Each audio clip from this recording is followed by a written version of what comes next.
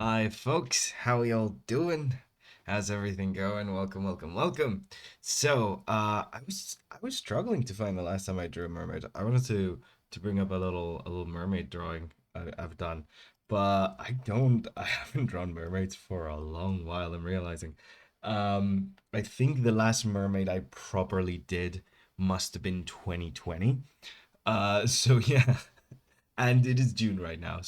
But yeah, without I mean, it made it pretty obvious there. But from this week's poll, the winner for the character that we're going to be designing today is Garden Mermaid. So we're gonna draw a mermaid, and she's gonna be a garden mermaid specifically. We're gonna struggle here to add a bunch of stuff. Hey, welcome, welcome, Kyle. How you doing? We're gonna struggle a little bit to try and find the specific things that are gonna signify that this mermaid belongs in a garden and not somewhere else. So yeah, without further ado, let's get to it. Oh, I left my pen in the other corner of the room. Okay, one second. Professionalism, I have never heard of the word. Okay, so hey Kyle, hope work is going well. Hey Pop, hey Galactic, welcome, welcome. Galactic is our first person to show up today, so haha, congrats.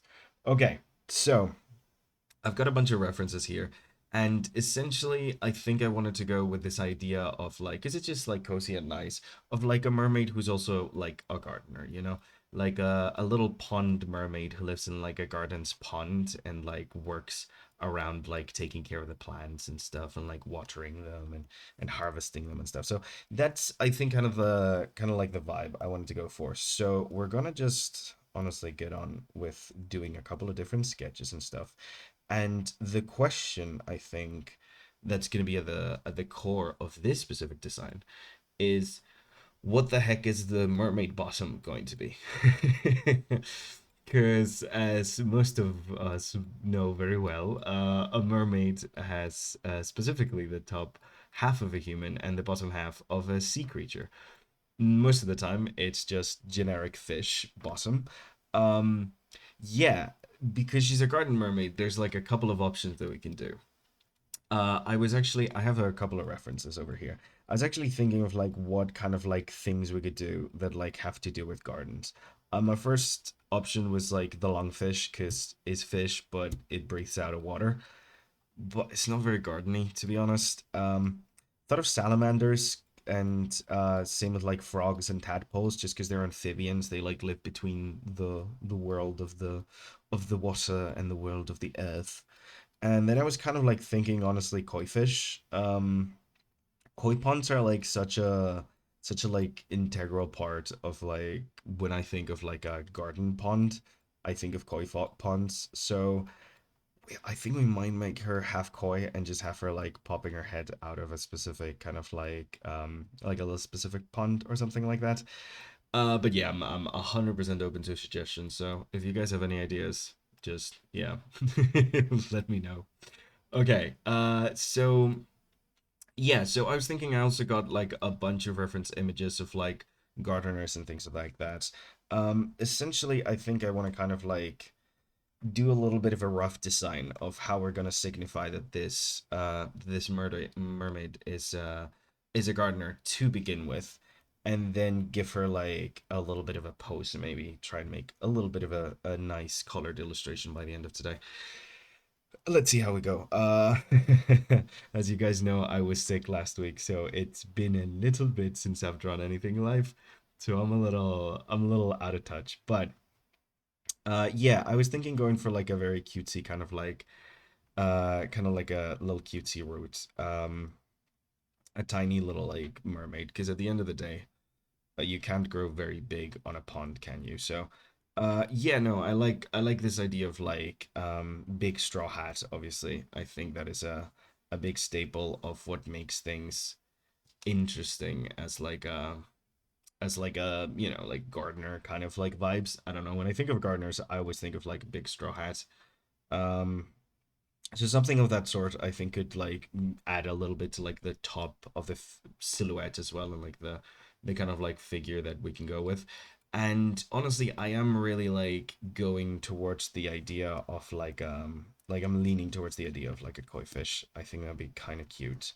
I don't want to like go too stereotypical and make like a very Asian looking design because like at least when I think koi fish, I think of like the the Asian tradition of keeping koi ponds and things of that sort. So I would want to go a little bit more more like down to earth gardener, more like maybe like Western tradition style gardening.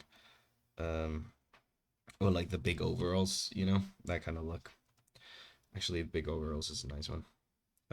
Do something like this with like big overalls and like a bunch of tools and stuff. I think could look really cute. Yeah, so that's kind of like my cheat for like making this this mermaid clearly belong in a garden is going to be making her full on a gardener. Because yeah, I think that's gonna make it quite easy to like give away the sense that she is taking care of plants and things of that sort. So yeah, something with like the bottom of the koi, like they clearly have like all these like really cool patterns and stuff. So like showcasing those and like the orange or like yellowish white colors are gonna really do a lot of the heavy lifting there. But yeah, I like to get my mermaids to have like really fishy bodies. I don't like the whole vibe of like just like snakiness kind of thing. I like the fish bodies to have like a lot of like heft to them. So we're probably gonna go with something like that. They do. I mean, some koi have more of a crest than others, so I don't know. Maybe we'll round it out to make it cuter. A lot of round shapes. I think I want to go for to kind of like signify this idea of like the mermaid being like kind of cute. You guys know. So like yeah, that's kind of like the vibe I think I want to get for the mermaid. Just like a little something cute, a little something wholesome. But yeah, that's that's essentially I think what direction we're gonna head in. Um, I could do something fun with the hair and like remind you a little bit of fish something. I don't know. Or maybe even just like a really kind of like cutesy short hair kind of like vibe. Mm. Something that's like a bit bobby. Even like maybe make it look a little bit like, the axolotl. Axolotl would have been a fun one as well, to be honest. But like, the kind of like axolotl gills kind of feeling. Maybe something like that. Just like gives you that sense of like gills and stuff. It's a little floop. Little hair floops. Very essential for any character design to have a hair floop. Well, that's an interesting tail design. Thank you, Pop. Yeah, I mean, I like making my mermaids a bit more fishy, a bit more structured. I don't know why. I kind of like the look of them like being like half fishes and like not just like I don't know. I want to make them look not like it's just like a human with like some legs that just happens to be in a mermaid suit. Like I feel like these mermaid designs where like you could see like someone wearing them. I don't like them too much. I like the idea of like, it being clearly defined as yeah, like this mermaid is very much half fish. Also, I think the music is much louder than your voice. Oh, thank you, Pop. I forgot to lower the music. Thank you for that. Thank God the recording doesn't keep the music. Thank you for that. Thank you for that. Yeah, no, I don't know. I like the idea of like them being very visibly not human. So yeah, I think that's kind of the vibe I want to go for them. But yeah, the big straw hat is a fun one. Even like to try and make it feel more gardeny, we could even turn the straw hat into like a lily pad even. Might be a bit cliche, but like making the straw hat be like a nice like lily pad almost with maybe like a nice flower up top kind of thing. Something like this might be fun. Like more of this kind of like lily pad shape for the straw hat. Makes it a bit more, fantastical in that kind of sense. Reminds me of someone that have two mermaid. Reminds me that wait. Reminds me of someone that has two mermaid designs. The one you typically see and the fish with human legs. Oh yeah, like this mermaid design. Yeah. That is a good one, to be fair. This one's angry. Yeah. Oh man, the up backwards mermaids. No, I don't know why. I think of mermaids a little bit like I think of like centaurs. Like I don't like the idea that like their like tail would start here. I kind of want to add a little bit of like the rib cage for some reason. I don't know. It gives more interesting kind of like shapes to me, and it kind of allows you to like make whatever fish you're turning into a mermaid like stand out a lot more. Like it's more visible what kind of like fish you're turning into a mermaid kind of vibes. But yeah, beautiful. Yeah. So yeah, I think this might be a kind of like nice idea for the design. I don't know if I want to go more modern or more kind of like classic with the actual like clothing and stuff. I think maybe a little bit like retro. I'm not sure about the lily pads. Maybe I could make it a little Victorian with like a big straw hat that's like tied with like a bow, like having like a nice little bow, and make the instead of an overall, have it be more like this little apron thing.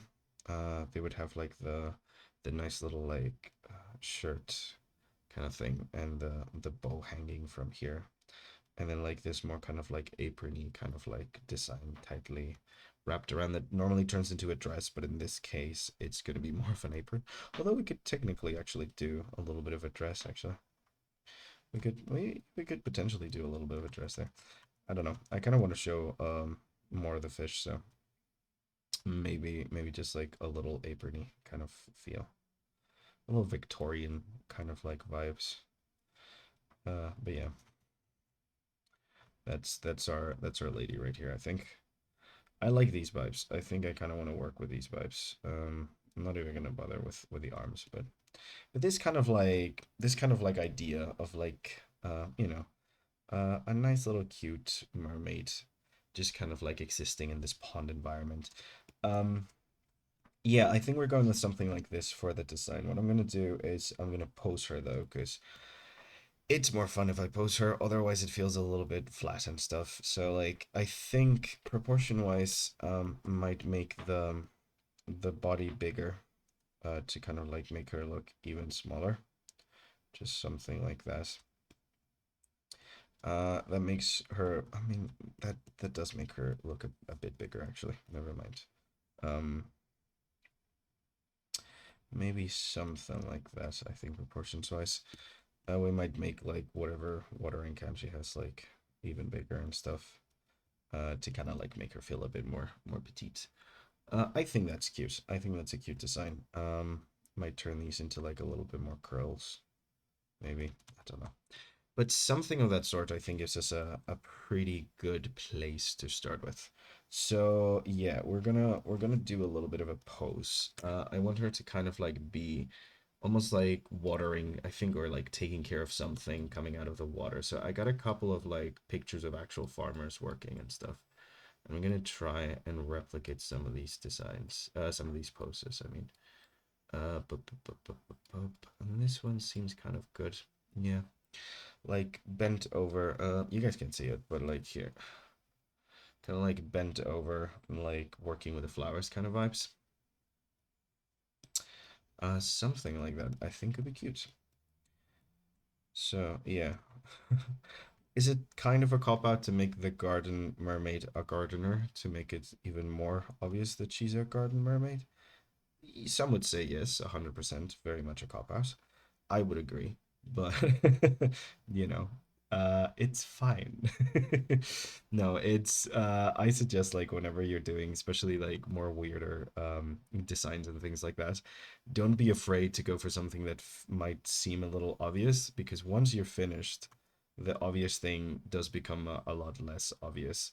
So, it does give it like a bit of a waterproof thing where like it might seem obvious right now when you're thinking about it and stuff, but once the drawing is finished and you add all the details, especially when you're like mixing in a ton of things and a ton of ideas, it'll definitely make it a lot less obvious, and you'll be glad that then you kind of like worked with this kind of thing. Now I'm gonna for the legs gonna look better at the koi kind of anatomy. I like this little like bump that they have after the head. Yeah, I think she's gonna be like almost coming out of the water a little bit like that.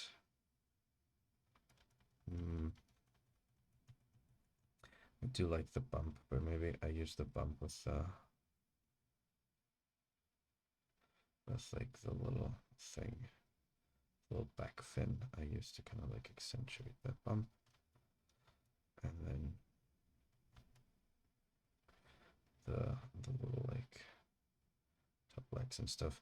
So yeah, she's gonna be like underwater. I don't exactly know how how we're gonna be rendering this bit, but we sure are gonna do something. So we'll see.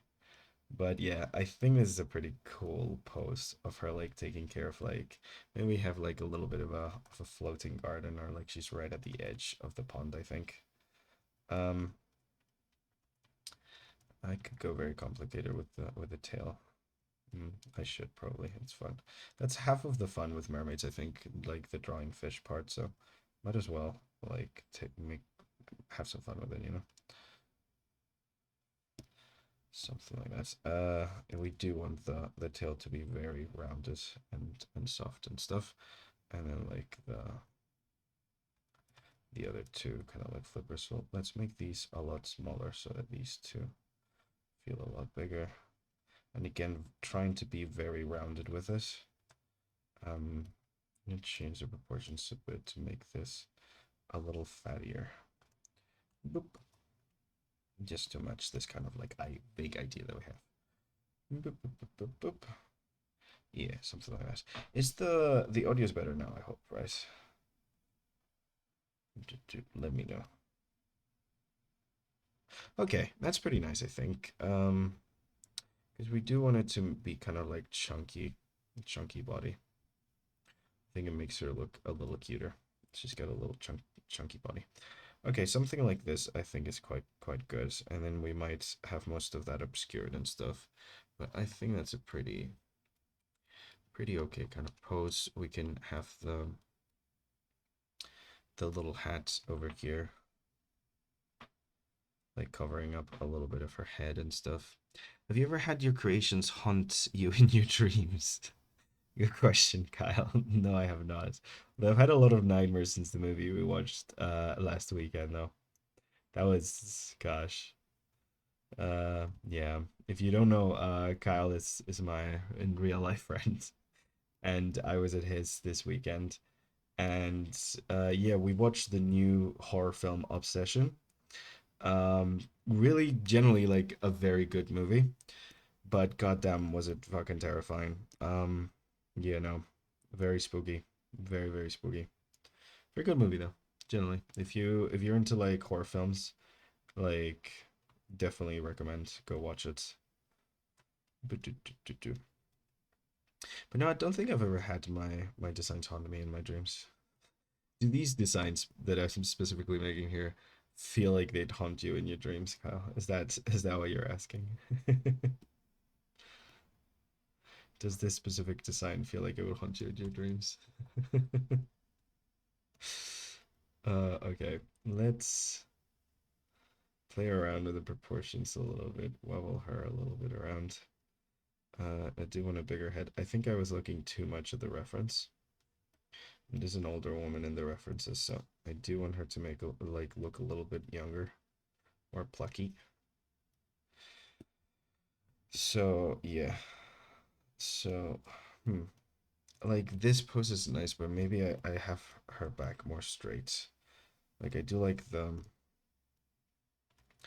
pose, but it is making her look a little bit old. Not that like young people cannot shift their backs like that, but it does make her crouch a little bit, which does make her look a little bit older. And I do want her to feel more energetic. So yeah, something more like that. I mean, a lot of what I'm gonna be doing is like a lot of pose stuff, just because I do want to get that feel of like, this plucky, energetic young like mermaid taking care like of the garden with like a lot of joy and stuff. So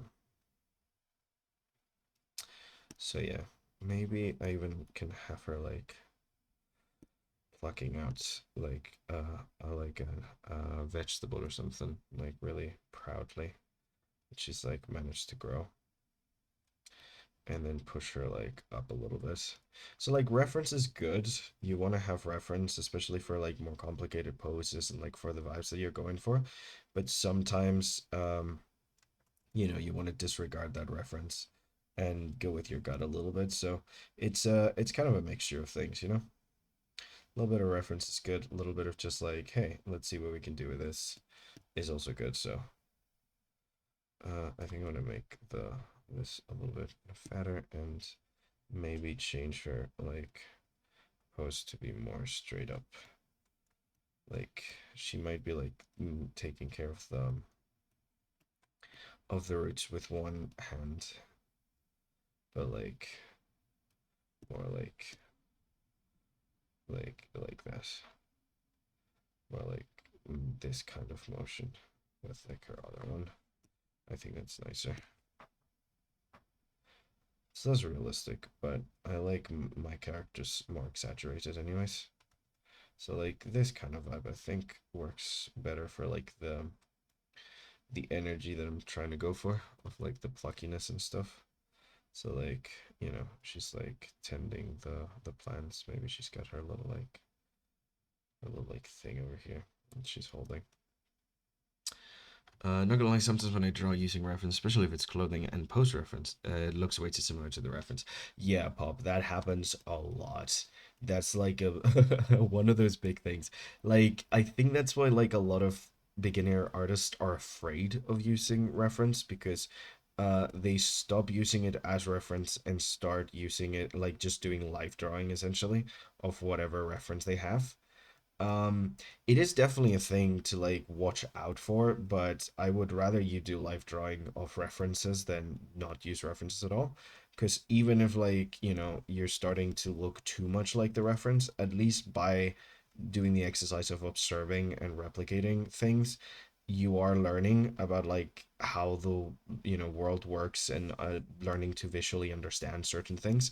So like worst case scenario, you accidentally do live drawing, and like as a beginner artist that's better than just following your like almost because like I feel like especially when we start art we like create like these rule sets for ourselves. We're like, oh yeah, like you draw this body like this, and then you like have like little cheat codes and stuff that you use. It's kind of better to do the accidental life drawing than go back into your little cheat codes. I think I have the same mindset when I'm returning to art. Yeah, yeah. It's like it's an easy thing to fall into, like going like fully just mimicking what you're looking at. It is like a really easy trap to fall into, but I don't think we should be that scared of it, honestly. Because first of all, it's pretty easy to like go back like you've just seen me do, of like being like, actually never mind, let's tweak a bunch of things, let's like move things around and try to find this specific pose that I'm wanting to get for and this specific energy that I'm wanting to go for. Even if I have reference, it's fine to like use the reference and then kind of like take what you will and leave what you don't want, kind of thing. And it's an easy thing to like, especially if you use the kind of process that I do where like you spend a lot of time in your actual rough drawing. Oh, you need help on shading, Joe. Oh man, shading's tough. Yeah, shading really is all about understanding light, and that's a hell of a topic, honestly. It's I could speak for hours about lighting, and I'm not even that great at lighting, but yeah, no, if you want to get better at shading, you just got to understand lights. Then sometimes people say like, oh, I have issues with the shading and stuff. What you mean is less understanding the light and more the stylization of shading, in which case it's just a case of studying how other artists do shading and what stylistic decisions they make when they're shading. Because it does like those are two different things. Like having trouble with like understanding light and shadow is one thing, and having trouble with like understanding how to stylize that light and shadow is like a completely different thing. I'm gonna I'm gonna rotate the canvas because I kind of want more vertical space. So, and I don't like having it so cramped. So yeah, or like drawing smaller. I don't want to draw smaller. I want to draw bigger. So I'm just gonna put this little sketch we did at the beginning over here to kind of remind me of what we're doing or what we're going for. But yeah, make her a little bigger. Cool. So, yeah, I have no clue shading either. I usually have oddly placed light and shadow. Yeah, I mean, it's less about like where you place it and more about like, because like, yeah, you can place it in odd places, but as long as you keep it consistent with like where you've decided to place your like light, it should technically be correct. Will it look good? That's a different thing. There's a whole reason why like lighting for like television and film is like a whole job. My understanding of light right now, I just made it harder for me because I overly detail my mecha. Oh, yeah, yeah, yeah, that's rough, Joe. Best advice I could give, simplify, like not actually like full on simplify your shapes, but like start on another layer, simplify your shapes, like see what your mecha looks like, turn it into like as blocky as you can, then apply the lighting there, and then like tweak it later to like adjust to the more complicated kind of like shapes. Like you want to start by simplifying the kind of stuff that you have. Like, I don't know, let's say that you have like this little like mechanism over here, and like it's like very detailed and has like a lot of like stuff and things. Maybe it has like a little like stuff like that, I don't freaking know, something like that. And we want to light this mechanism, so you know the light is coming from here, from above, and you want to create like some shadows and stuff. So what you want to do is you want to like, you know, come in here and be like, okay, let's simplify the hell out of this. So first of all, we have like this one plane that's a cube at the end of the day. And then this one cylinder over here. Okay, fantastic. So now that we simplified it, now we shade it and we create like places of shadow. This is going to be the darkest area because it's the most away from the light. And then you're going to have like a partial shadow over here, as well as like a cast shadow over there. Okay, fantastic. We can add the details then and be like, okay, so like this little raised bit, it's going to create a little bit of shadow over here that's going to be like showcasing the fact that that's raised. And we're also going to get like this little extra bit of shadow over here. Okay, amazing. And you've essentially just like created your like lighting scenario, so then you can come back to like your very complicated kind of like thing, and you know, add that kind of like level of complication. But by simplifying it into like simple polygons, it's a lot easier to actually come in and do that shading. Oh, you're doing traditional too. Well, forget what I said about a layer. Just draw it very softly on top of your shades. Yeah, digital drawing really makes things a lot faster, doesn't it? But yeah, anyways, that's kind of how I would go about doing that kind of stuff. Like, you know, you want to start by like understanding the more simple like places of like blocking light. And you can do that in like certain levels. You can start by like making the entire shape like one cylinder or like one cube, and like breaking down how the light would apply to that entire figure, then like slowly breaking it down to smaller and smaller and smaller and smaller pieces until you understand it. So yeah, I guess I did some part correctly. Yes. Breaking things down into geometrical shapes always helps. Polygons are your friend when it comes to 2D art, and I'm pretty sure 3D art as well. I'm not that well versed in 3D art though. I'm just a little amateurish when it comes to 3D art, but yeah, I'm guessing polygons also do matter there. Actually, I don't like this kind of like cowboy thing that I did there. Uh, hmm. Hat shapes. Hats are weird. Hmm.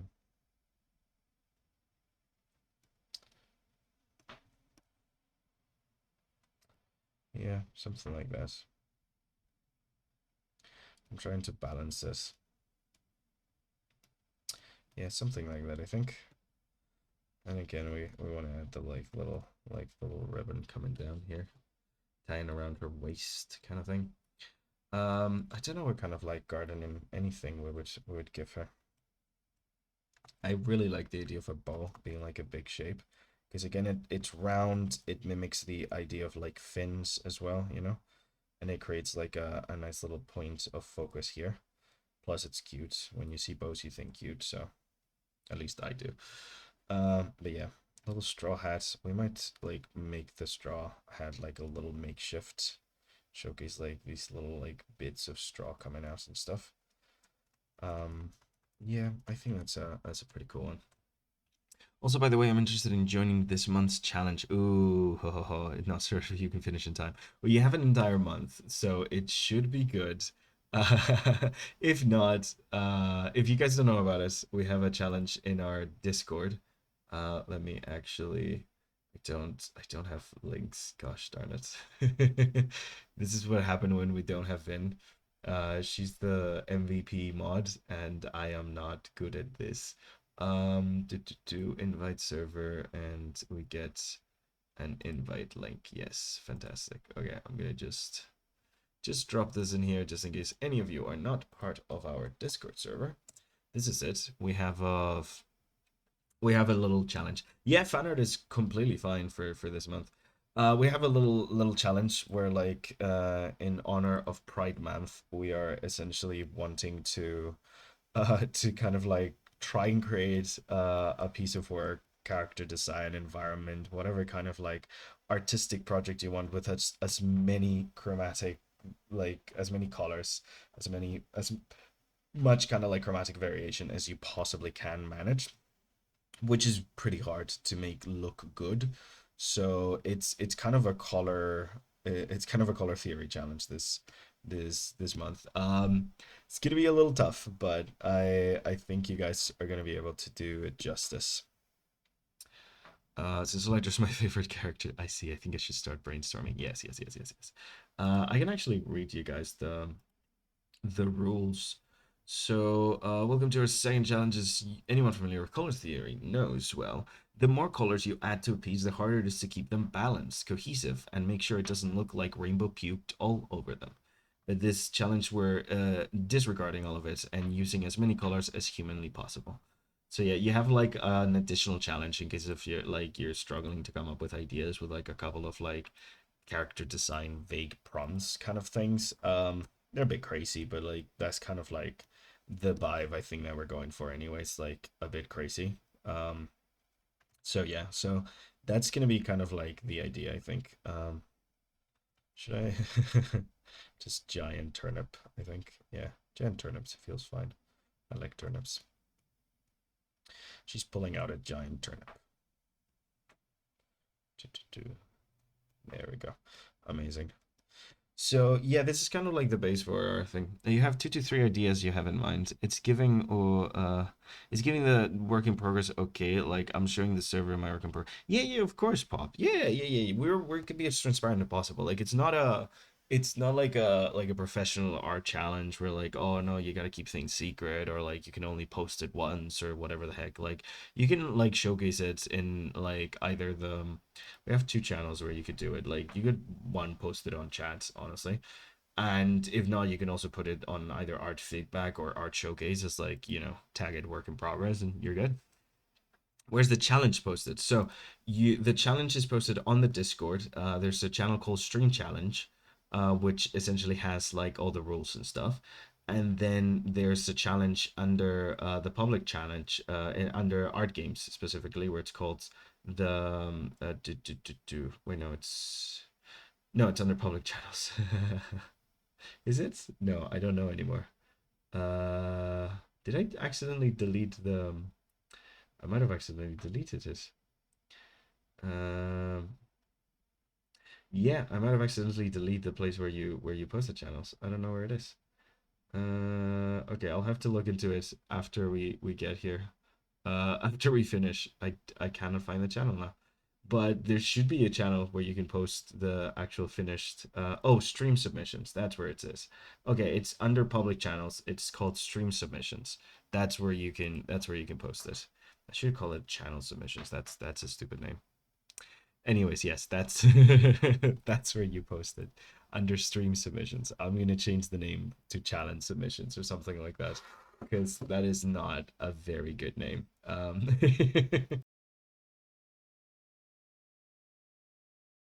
Oh, anyways, totally didn't just blow my nose there. Nobody heard that. It's a secret. Okay, so let's go back to our little gardening mermaid. So I think also like I want to integrate more like garden ideas to her, like be fine to have her like with like a couple of like pots and stuff and like things of that sort. But I think I want to like integrate more props into her design, like her already like existing design. So like a little bit of like this like apron kind of thingy. Maybe have her like even have like a couple of like tools like in a pocket or something of that sort. And I was thinking the hat itself is like a good opportunity to like put plants on her. So I think I want to like make her hat a bit more interesting. Maybe even make it like like a plant pot itself. So this is kind of like a very slow ideation process kind of thing, but I think it's gonna pay off for us in the end. Also, like the kind of hairstyle we went for was like something like this, where like it swoops up a bit like the fins and stuff. But I think I want to make it a bit more rounded than that, so we'll see.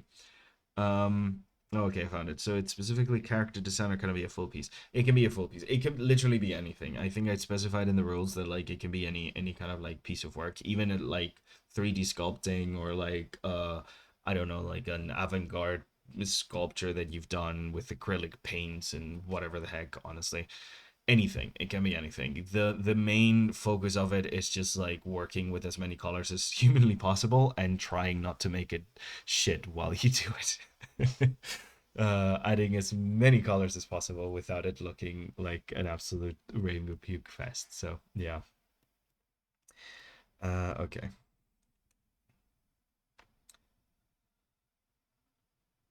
What was I thinking? Oh, okay. I was thinking of the hat. Okay, so I'm gonna do a couple, like explore a couple of like really quick ideas.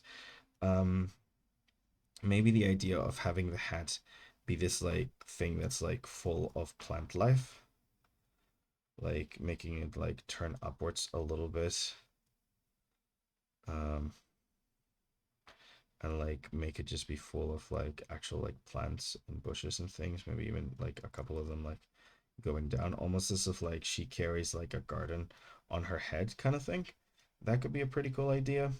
We can even bring back the idea of like a more lily pad kind of like feel to that and have like almost like a lily pad hat that's like filled to the brim with like a bunch of plant life and stuff. That could be a thing. I don't know if I love it. It's looking too much like a sombrero at that point. No, I think we might be more subtle with this. I think we might stick to this more kind of like straw hat classic-y kind of vibe. Yeah. Might even like actually instead of having the hat in this angle, we can even like open it a bit more at the bottom and like have it like look even more like this to show more of her face and also serve as like some sort of framing to her face. And it gives us more space to play around with her hair and try to do something interesting with that. Um, we could give it a little bit of an uneven shape, but like just not. Yeah, something more like this. I think. Yeah, I think that looks cooler because it like almost serves as like a halo to frame her face around. So I think that's a pretty cool idea. And then we can like do the little like I like this idea of like the Victorian, almost like Victorian outfit kind of vibes. Um, so a little bit of like a poofy, kind of like almost dressy um, sleeves. I like that. That's fun. That's fun for me. And the like little apron overall thingy. We could even give her like a big bow in the back. Very like Victorian child coated, and also gives us like Another nice rounded shape to kind of like compare with her fins, very rounded bow like fins and stuff. So yeah, I think that's kind of cool. Yeah, I think I like this kind of vibe. Now let's do something with the hair. Let's try and like explore some hair shapes. I'm gonna grab take a look at the koi fish. See if there's any kind of like shape there that I might want to try out. There's even this kind of like this like idea of like making it like a bit like fin flipper like maybe something thicker like that. We can even do some like very thick cartoony dreads maybe even though that has nothing to do with the Victorian. It could it could look quite nice, or we could do like a little like fringe with some curls, like a little fringe like this. That's quite Victorian-y actually. Like these like bottom curls kind of thing.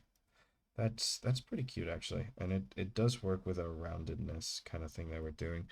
We can even add like little variations of color to kind of like match the patterns of the tail. Speaking of like, we definitely want to have like these kind of like patterns going throughout the bottom to kind of like remind us of the koi fish kind of like patterns over there. I think that's pretty cute. We might give her some big glasses maybe.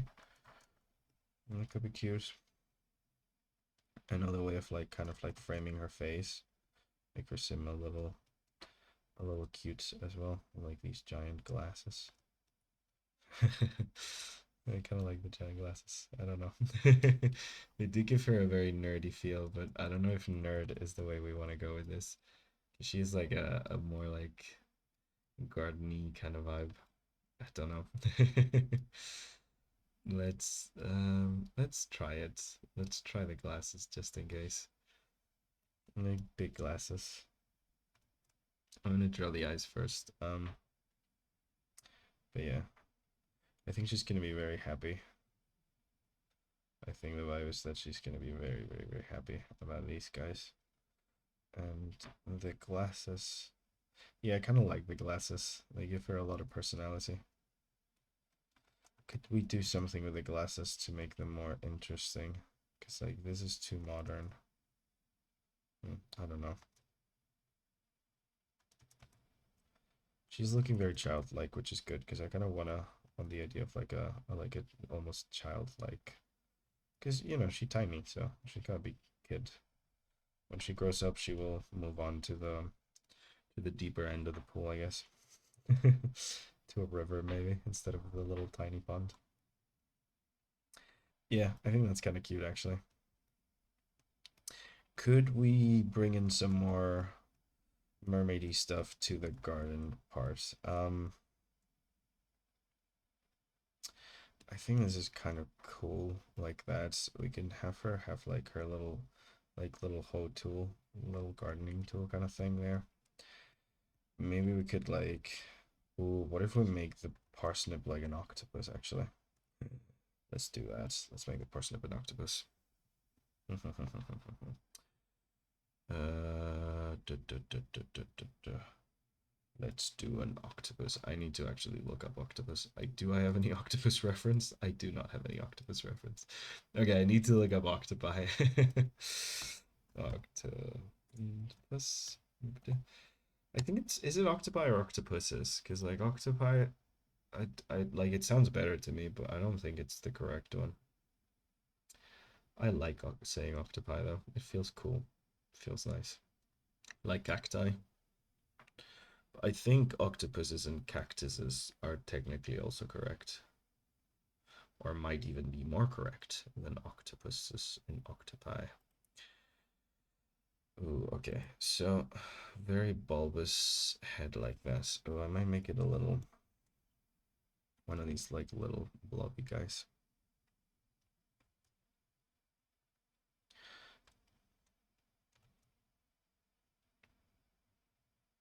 I could do like an octopus like that for the parsnip.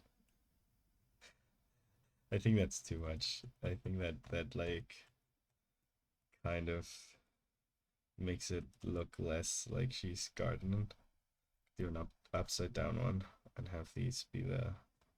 She could just be like a little like a little mermaid on the underwater pretending to be a gardener. I don't know.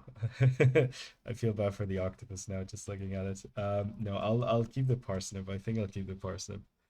I think the octopus is a bit too much. Um, maybe we just keep it parsnip like. What do we think, Chad? Should we should we add anything else? Maybe a little like frog friend or something. Maybe there's a little frog friend right over here, top of the parsnip.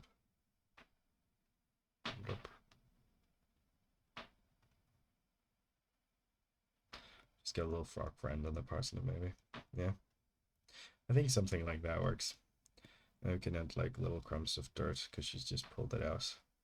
I think that's pretty good. I think we kind of like got our gardening mermaid now. It's a case of cleaning it up a little bit. So, oh, my least favorite part. Let's do a little bit of line art, folks. Yay, amazing. It only took us 2 hours to get here. That's pretty neat. Is that pretty neat? I don't know. Yeah, I think that's pretty cute actually. Gardening mermaid. She lives in her little pond. Pretty cute. Pretty cute. We might add some like whiskers maybe for like the catfish. They do have whiskers, but I don't think I want to add the whiskers. What if she's scared of insects, loves gardening but hates bugs, so she's got a frog friend to eat them for her? That is so cute, Galactic. Yeah, that's official lore now. She's terrified of insects. Yeah, that's official lore now. That is part of it now. She really doesn't like the insects, so she's got the little frog friend to eat it for him. That's so cute. Oh god. I'm starting to like this character a lot. I think I did a good job with her. She seems very plucky and likable. You can see a whole story of her like trying her best to like garden in her from her little pond. Okay, let's fix up her nose a little bit. I did a little bit of a rough job with that. Yeah, it's pretty cute. I don't think I'm gonna add I don't think I'm gonna add glasses. I think she looks a bit more careless and a bit more like, like ready to get messy without the glasses. So I think I'm gonna, don't know why, like it really doesn't do much except like frame her. But like that makes her look a bit more sheltered for some reason. So I'm gonna go without that.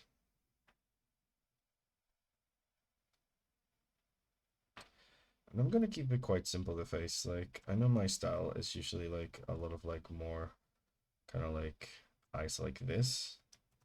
But we'll see. I think I might like the dotted eyes, maybe perhaps. We'll see. We will see what happens. But I definitely love the idea of the bow. Like the bow coming down from here. We gotta fix this up a lot though. I'm gonna add like little spiffs of hair coming down here on the to like disorganize her hairstyle a bit more. This is the thing that I hate about fringes though, is like cleaning it up. It's like I got the shape right and I got the feel right, but as soon as I get to the liners and clean it up, it suddenly looks fucking awful. I don't like doing fringes. This is why I don't do a lot of them. Okay. Also don't like that anime trope of having the eyebrow show through the hair. That is not something I like, and I think it's a bit of a cop out. I try to avoid it when I can, so I'm gonna try and let's lower you. I'm gonna try and make the like her little fringe thing here like look okay without that. So maybe higher, like it's gonna be a bit higher up in certain places.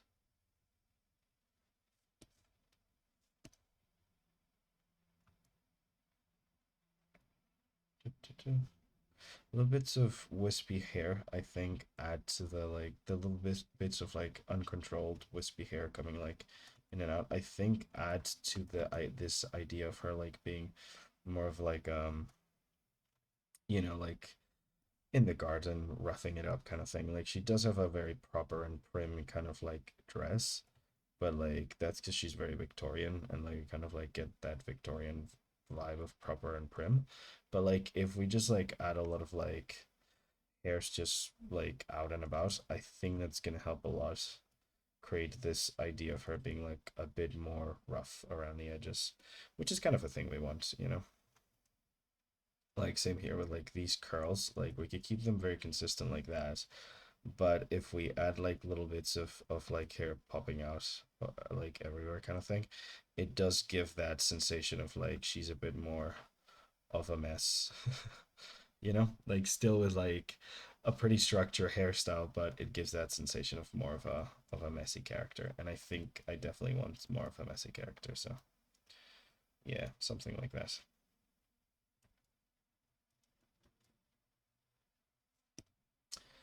Hmm. Yeah, something like that.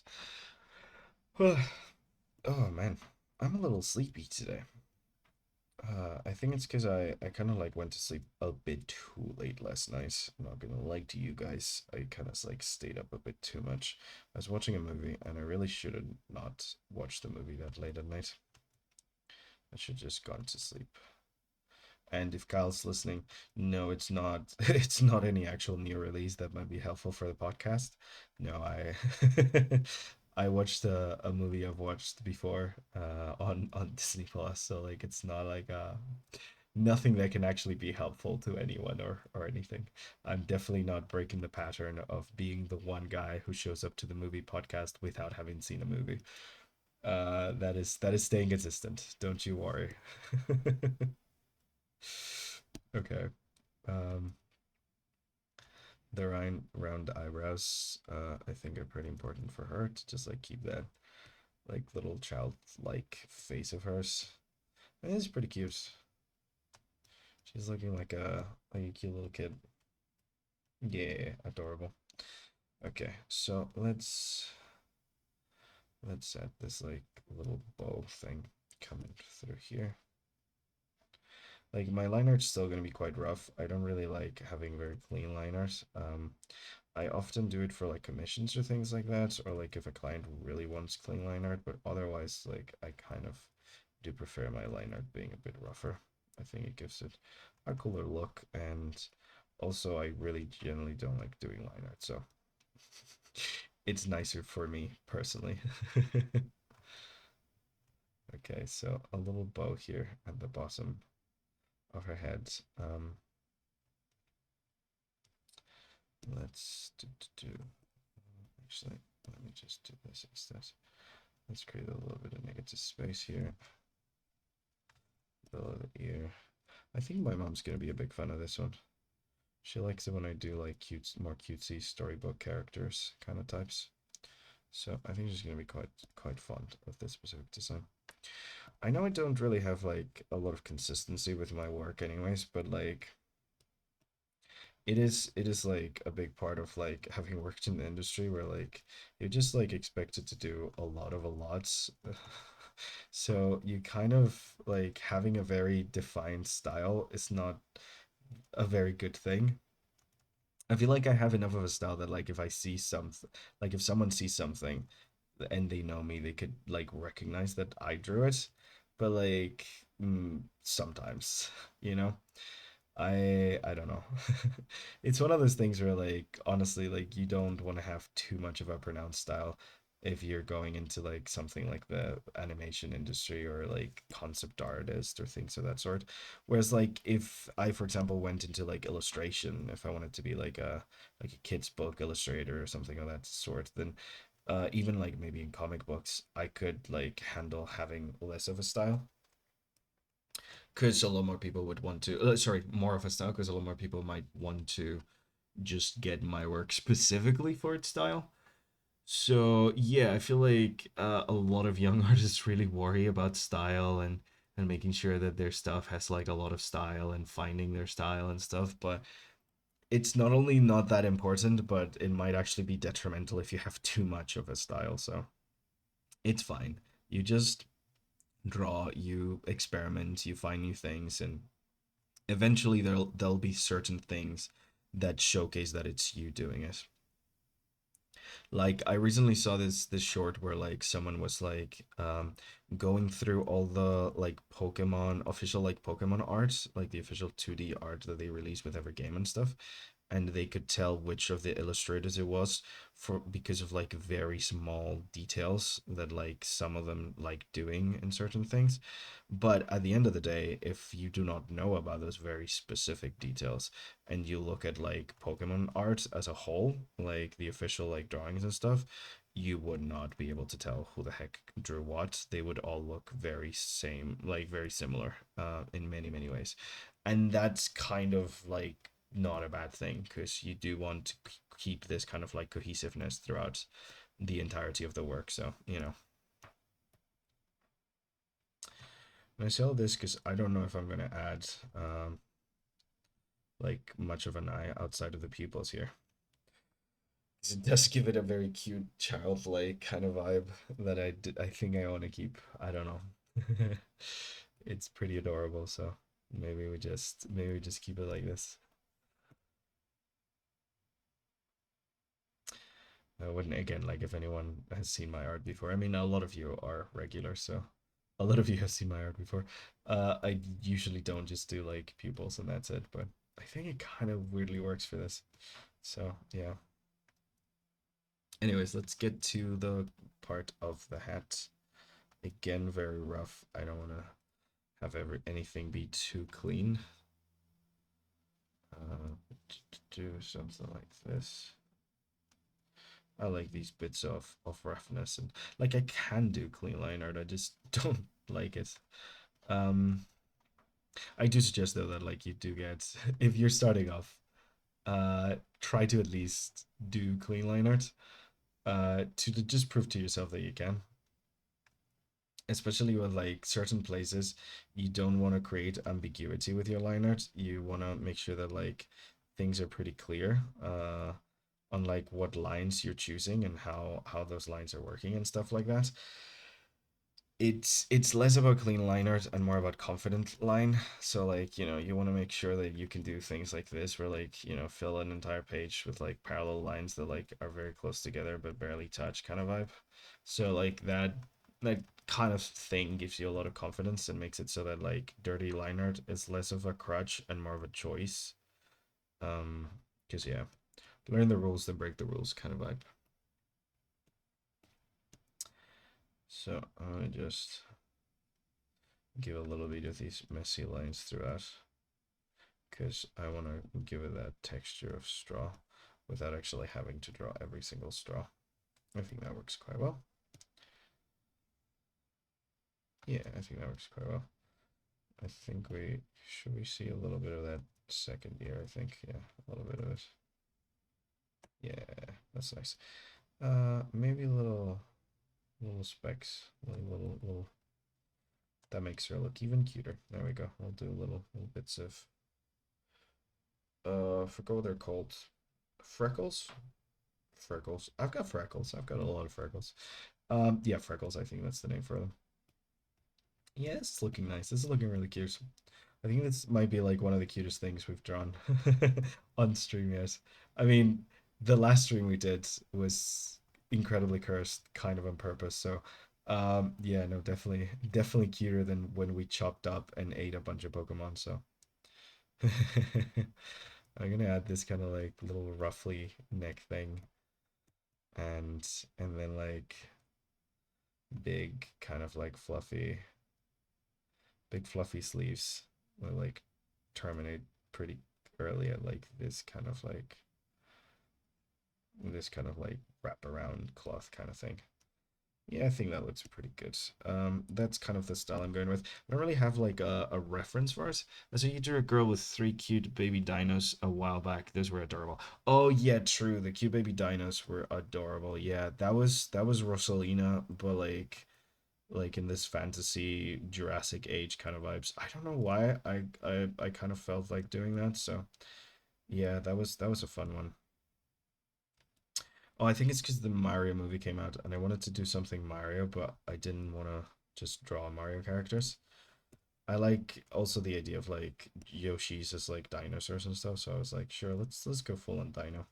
Yeah, that was pretty cute. You're right. Those dinosaurs were friggin' adorable. That's another one of the favorites, I think. Eh, we didn't get to color her on the stream though. I got really way too caught up on the line art, like I'm kind of doing right now. And sometimes I get like really lost in it, get lost in the sauce. Yeah, don't get lost in the sauce, guys. Oh man. No, it's really funny because I've worked for years as like a concept artist, and like one of the big skills that you kind of develop is like not getting lost in the sauce.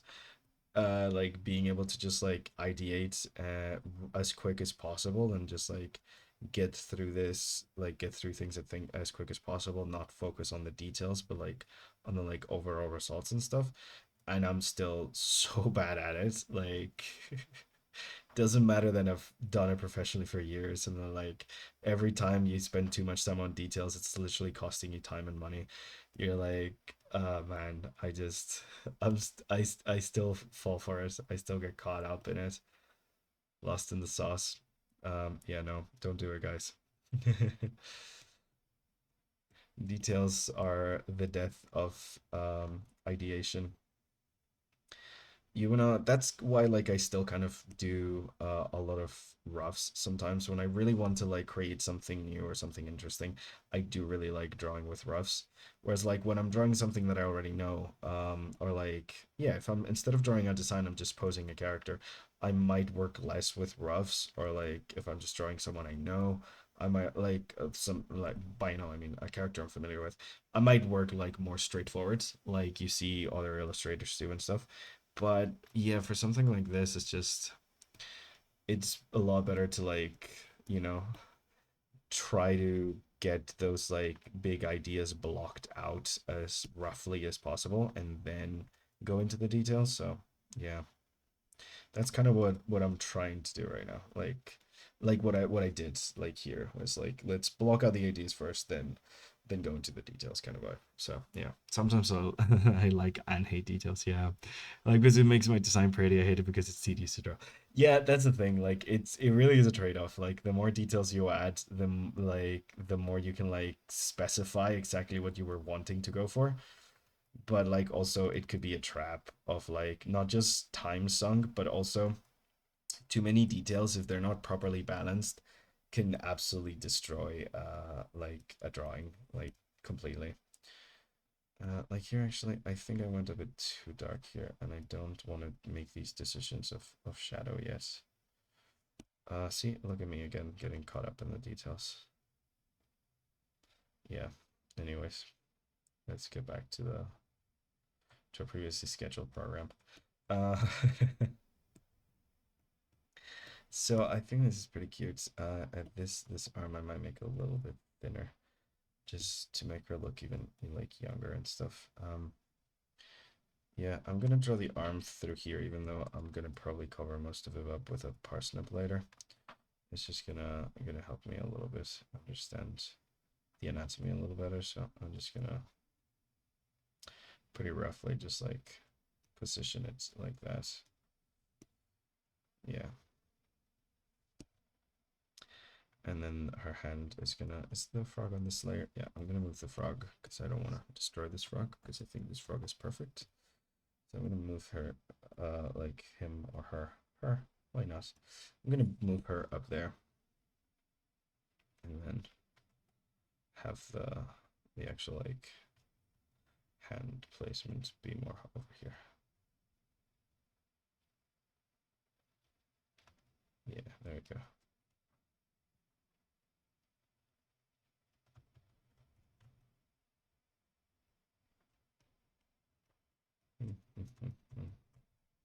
I kind of like the idea of this being the dominant one.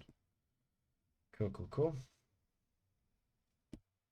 So I'm gonna be a bit rough with these hands because I cannot be arsed. But yeah, something like this.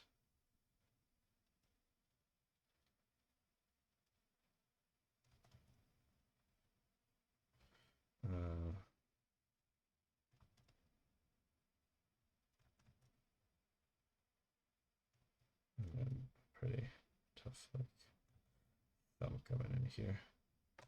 Close it up. She's like gripping it with like a lot of force, so. And we'll just draw that on top after and stuff. I could give her gloves. I could give her gloves, actually. Gloves would make a lot of sense for a gardener, even if we might not be able to see them fully through the thing. I give it to her, and then, like, see how I work them out later. But yeah, I think I'm giving her gloves. I think that looks pretty nice. Yeah, that's nice. That's good. Oh man, I'm kind of loving her. She's really cute. Yeah, let's get to the stomach kind of like area here, where we're gonna add this like big bow thing. That's kind of like just wrapping around her up to the back over here. And we have the big bow.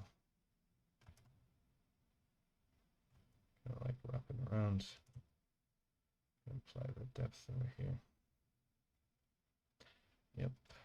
And again, that mimicking those like thin shapes. So like that's kind of why like our, instead of like finishing in them in like something more angular, I'm kind of rounding out the bottom of like these kind of like parts of bows and stuff. It's because I kind of want to mirror these like shapes and ideas that we're gonna have at the bottom with like the fins and stuff. Might seem a bit silly, but like a lot of like creating that consistency goes into making sure that like your shape ideas kind of like rhyme throughout the whole thing, especially with like a character as detailed as this one. She's not a very simplistic character anyway, so we want to make sure that like whatever we have of her feels like quite cohesive. Essentially, her hand is kind of dislocated.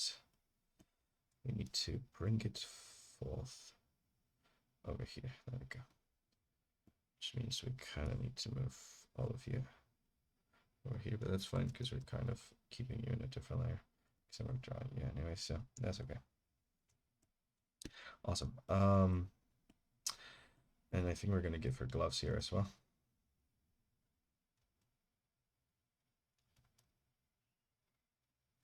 So yeah.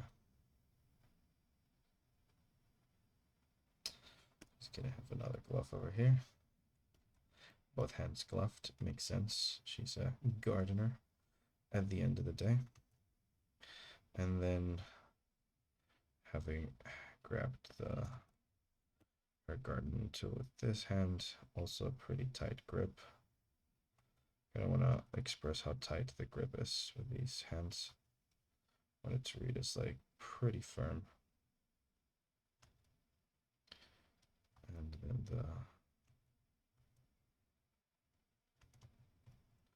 let me actually do the thing with the hand. Okay, so that one should be a bit forward, like that. Oops. A bit like that. And then the thumb coming in there. Nope. The thumb's coming in from here. Is that correct? Sorry guys, I'm getting fucked with the hands again. No, actually the thumb is coming in there. Okay. Through there. That makes more sense. Okay. Sorry, that's just hands. They be complicated sometimes, so you kind of have to, at least I need to think about them a little bit sometimes. Especially in situations like this. Even if I'm drawing them incredibly roughly. Yep. This looked nicer before. Did I say? No, I don't know.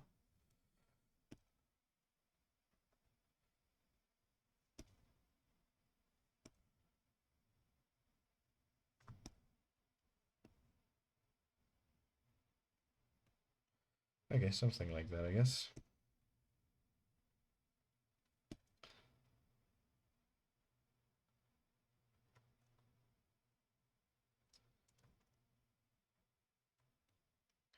Yeah, something like that. That's nice. Okay, so Let's get to the plow. Uh, do little trow, plow. I don't know what it's called. I'm gonna go with trow because it sounds less sus.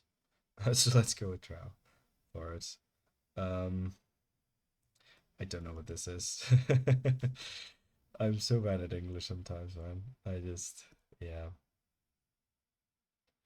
It's the little tiny shovel thing that like gardeners use because it's a lot more, you know, easy to handle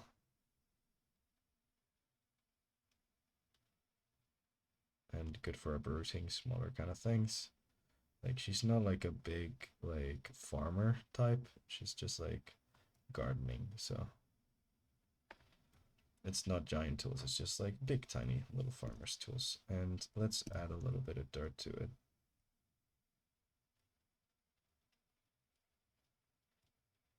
Because she just dug like the giant turnip out with it. So yeah, that's adorable, I think. That's looking pretty nice. She's definitely giving that Victorian child vibe, I think. I think we kind of managed that pretty well. So let's make sure this kind of like waist bow looks pretty nice. Yeah, and it goes over there, and then we're gonna have this kind of like frill over here. I want to keep it quite simple with like the dress and stuff, but like maybe adding a little bit of like a pattern at the bottom. Again, trying to make it look like well-rounded and stuff, so like it matches the kind of like ideas that we already have. But like maybe a little bit of like a pattern like this, a little bit of lace, I think. Just because it's an illustration. Like if this was like an animated character, like she wouldn't have half of these details, because that'd be insanely stupid. Having to draw these over and over again would drive anyone insane.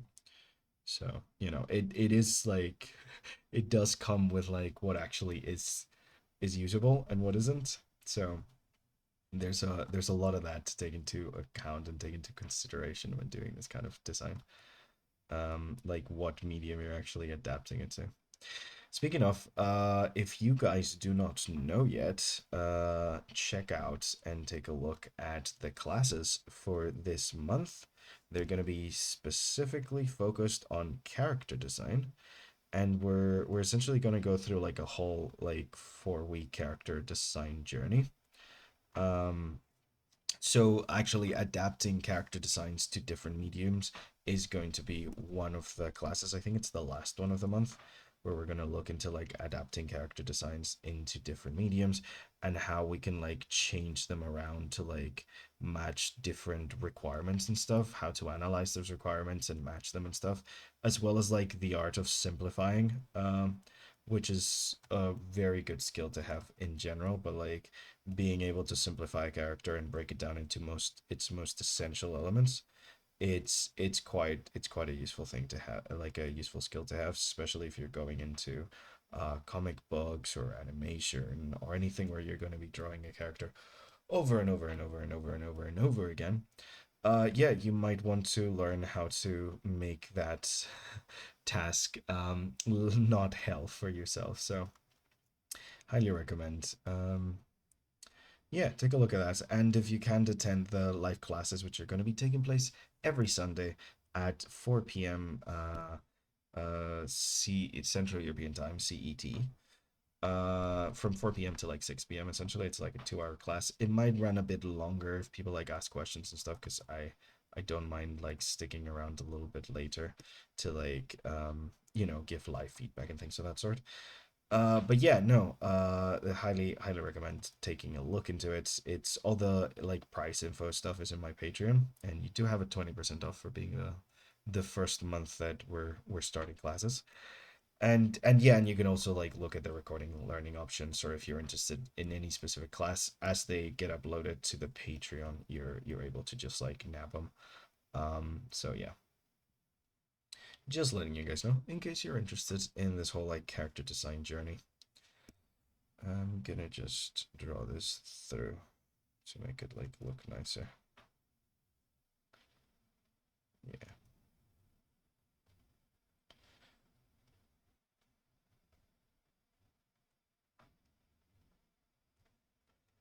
Okay. There we go. That's nice. Cool, cool, cool. Okay, so we've gotten to the fish part. Yes, fun. Let us draw fish.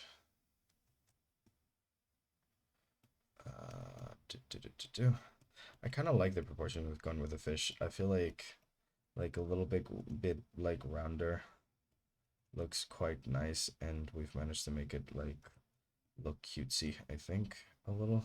I don't want to lose too much of the biological like look of the fish, so like I don't want to like cartoonify it too much because I think a lot of like the weird shapes that like fish have are at least what make them interesting to draw to me. If you just like, simplify it down to this, then it becomes less interesting to me. So like I do want to keep a lot of like these weird bumps and things that the fish has, so let's try and preserve as much of that as we can while we draw our little mermaid. That's nice that mermaid won though, because like I can technically say, even if it's June already, I did do mermaid. It's pretty like matches pretty well what I usually do for these kind of challenges, which is like I'm just late from the freaking get-go. So doing a mermaid like 4 days after mermaid ends, I think it's pretty on brand with me. So let's do a couple of things like taking a little bit of a chunk of like one of her fins to kind of like, give that striation kind of look to the fins. But maybe also suggest the fact that she's pretty rough and tumble despite her Victorian look.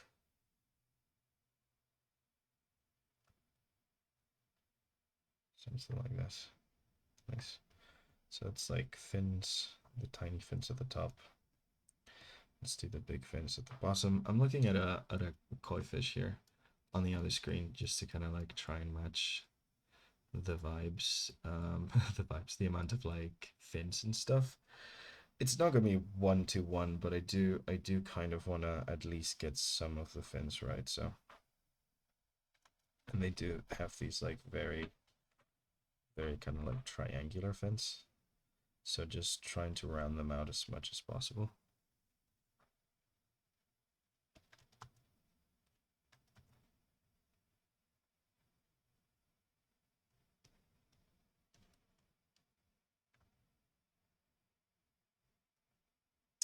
Here, let's make sure we get these lines right.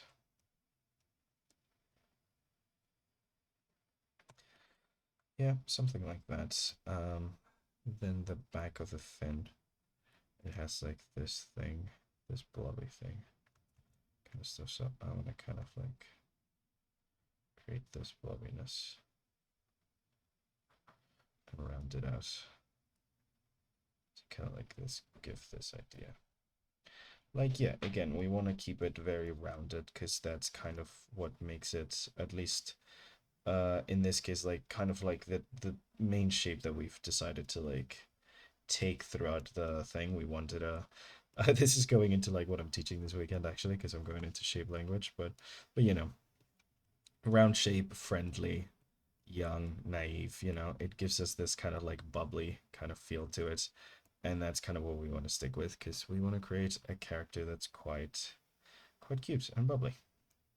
Little garden fish, little garden mermaids. So, and then the tail itself again has like a more pronounced kind of like V shape, but we're gonna round the hell out of it. Gonna make it nice and round because we can. And this is not a biological manual, so it's okay to make the fish not look exactly how they look. It's more about the vibes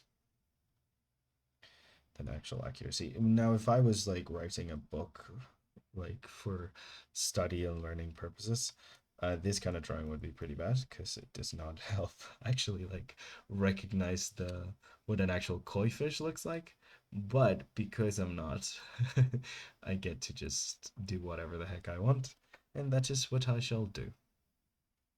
So for the sake of like the simplicity, I am gonna do a little bit of line art for these patterns that she's got all over her body. Like koi fish have a lot of these, and I don't know what colors I'm gonna use for them.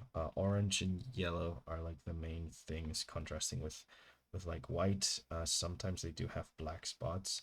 I think that might be a bit too dark for our very cute little character. I think we might use the sunshine yellow, maybe with some orange tones, just to like give her this more, again, like reinforce this kind of like happy outlook that she's got. But yeah, that's pretty nice. That's our tail done. We just need to do our parsnip, and then we could do a little bit of coloring, and we're pretty good on time. Like, I think it's taken us 30 minutes to clean it up. So, gonna blow my nose, and then we'll go on to the parsnip.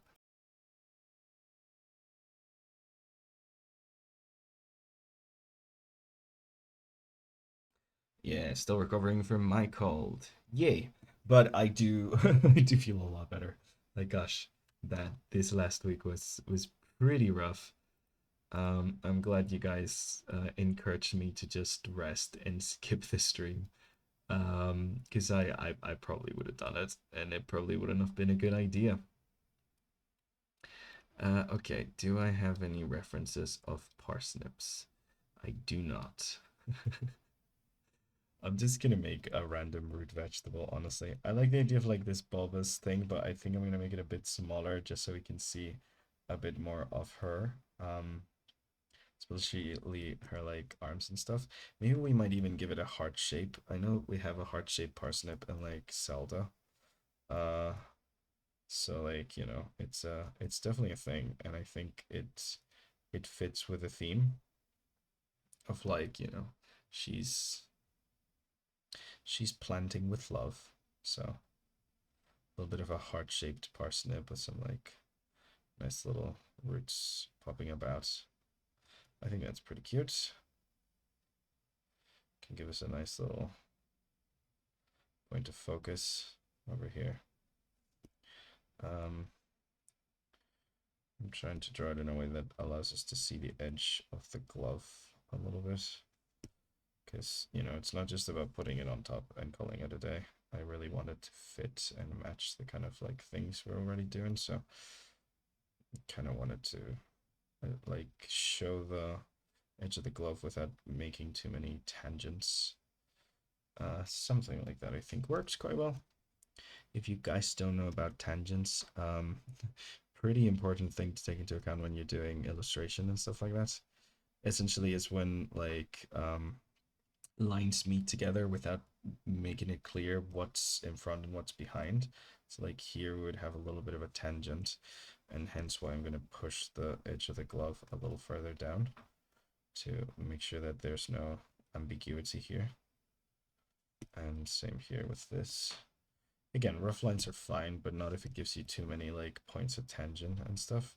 Sometimes you could just like leave like the lines not connecting, like I'm doing here, to kind of like clear up those tangents. So like there's a lot of different things you can do for tangents to avoid them and stuff, but essentially like you just want to make sure that everybody knows what's in front and what's behind.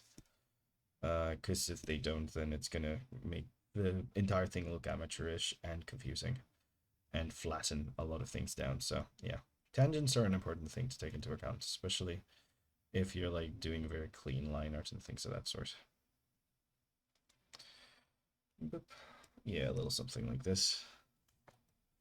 I think that's a pretty good turnip, and I think the shape, like the whole love shape, just feels really wholesome and cute, and that's kind of the vibe that we're going with this character. So we're doing a heart-shaped turnip. Now for the actual leaves of the turnip, I think I might want to go a bit high, like fill up a little bit of this area. So we're definitely gonna like have a little bit of a connection here from the turnip to like the main stalk.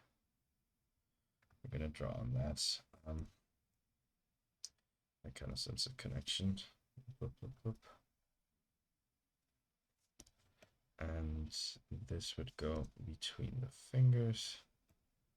So I'm trying to think. This is really rough. Like I drew it really rough, so I'm trying to like think of like things overlapping and stuff within the context of my very rough drawing. Uh, which is hard because it is very rough, but yeah, too much detail. Doop. But I do want to make sure that like it makes sense with overlapping shapes and stuff. So that's a big priority again, like with the tangents and stuff, because otherwise it's gonna make it look incredibly amateurish, and I do not want it to look incredibly amateurish. So yeah, something like that maybe, perhaps.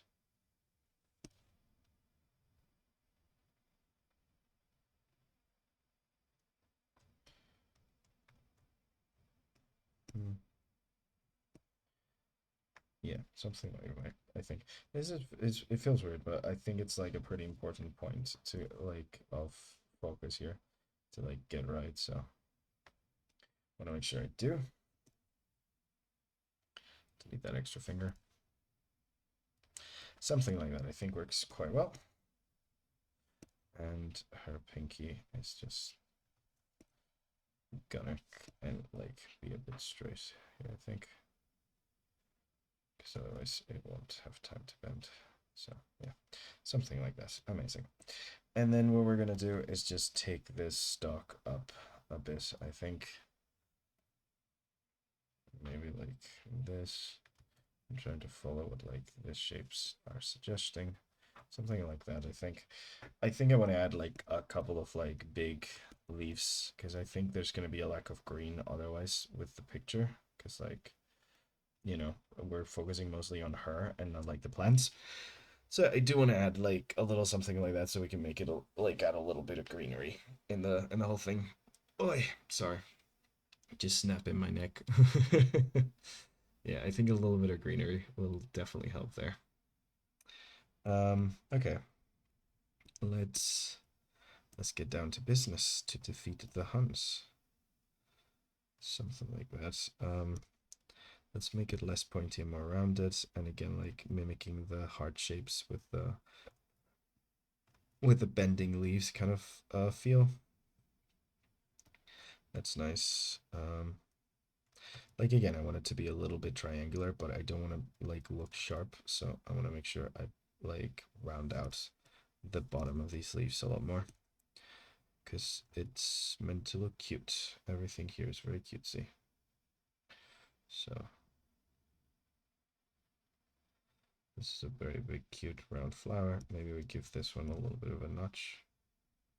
It's been a little bit eaten up by something. Like those pesky bugs that our frog is here to defend us from. And maybe another big leaf here that's like at the back. So like this stuck can like have like a nice big like thing here that goes up to the leaf.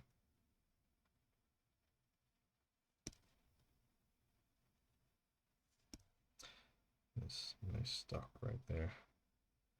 This one can come over here. Something like that.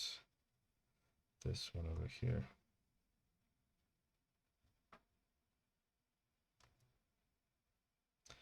And then there's one here at the back that like goes to this specific leaf. Something like that. It's a bit rough, but just like giving us a vibe of like where the leaves are kind of thing. Got an idea, something like that. Okay. So something like that to give us kind of like the idea of these leaves. Maybe like a little like flower at the very tippy top. It's like the main stalk. It's like a little like flower. Maybe a little, even a little like secondary leaf. It's like almost like just new. Round it up. I want to make my leaves very triangular. Okay, something like that. I think something like this, and then like have like a little bit of a flower here. Yeah, I think that looks pretty neat for like our little plant. I might make this leaf a lot smaller though. I think it feels a bit too big given the idea of like as it goes up, it gets smaller in size. So I think I'm gonna keep that a little consistent like that. Just redo the line art so it gets the same thickness as everything else. Cool, cool, cool. Something like that. Yeah, I think something like that kind of works. And then for the flower, maybe we have a little like allium style flower. It's just like a big puffball kind of thing. I think that's cute. Amazing. So we can do little like puffs here for the movement of like the plant being like unrooted and stalked. Little leaf in the background as well here to give it some overlapping shapes. Really, this one's like coming in behind the hat.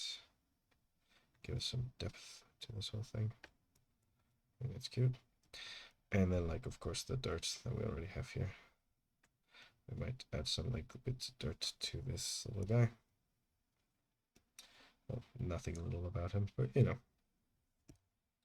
some things like this. Amazing. I think we've got our mermaids. Let's add our frog, our little frog friend back. She's been here the whole time. She's gonna stay here. Let's fix her up a little bit. I still want her to look derpy as hell. Just a little bit of a fixer-upper.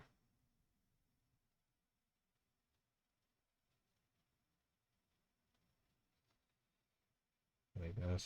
There we go. Amazing. She's absolutely incredible. So there we go. That's a little frog friend over here. Let's give her a second over here. You can like be really truly holding on. There we go. Amazing. Incredible. Beautiful. Best frog ever. Okay. So I think something like this works quite well. This frog looks very dramatized right now. But trust me, she's helping. Cool. So this is our nice little garden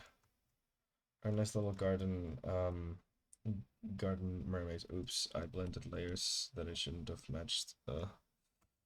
Let me just go back in time. How long ago did I do this? Oh no. For the frog, that's for sure. Oh, there we go. Okay, amazing. Oof. Thank gosh. Okay. That wasn't that long ago.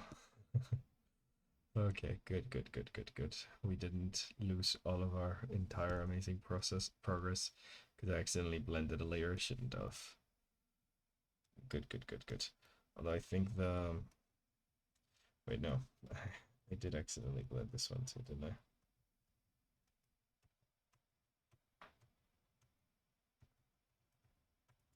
How long ago did I blend the flower one? It's like this is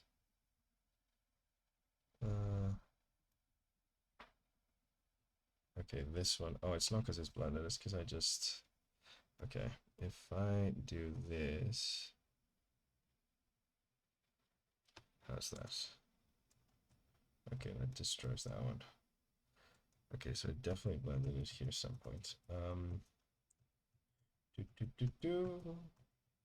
How long ago? Let's play the game of how long ago did I fuck up? So you guys can see. This is what's happened. Okay. I think I can fix this though. This one can be erased quite easily. So that's fine.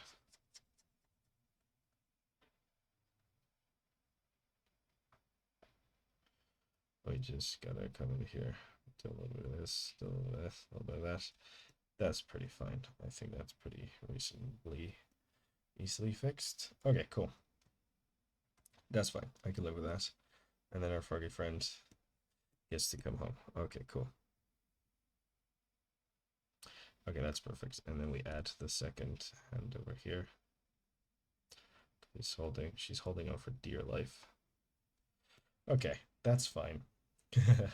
Not as bad as I thought it was. Okay, fantastic. So, we're what 2 hours and 30 minutes in and we haven't started the color. Yay, amazing, incredible. I am so fast at this. Okay, we can hopefully get to get to the colors now. Oh man. Okay. I think I'm gonna definitely go with some greens and yellows for this one. Let's get her on a nice folder. Hadn't saved her yet, so let's save her. No TF here for the save. Oh, I need to add a little thing so like you guys can do as well as a hydrate and stuff. You could do a little save thing. I keep forgetting to do that. I feel like that's gonna be a very important one. Mm.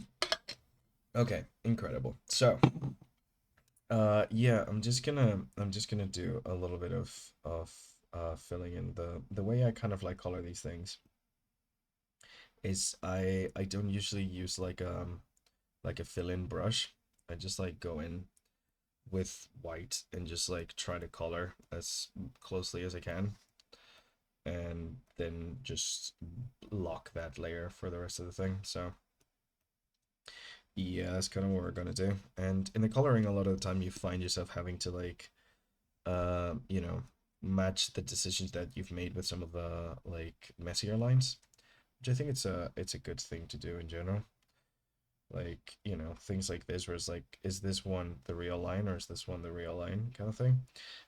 Usually it can become a big problem. But if you're like thinking about that specifically while you're drawing it, then you just call that the real line and move on with it.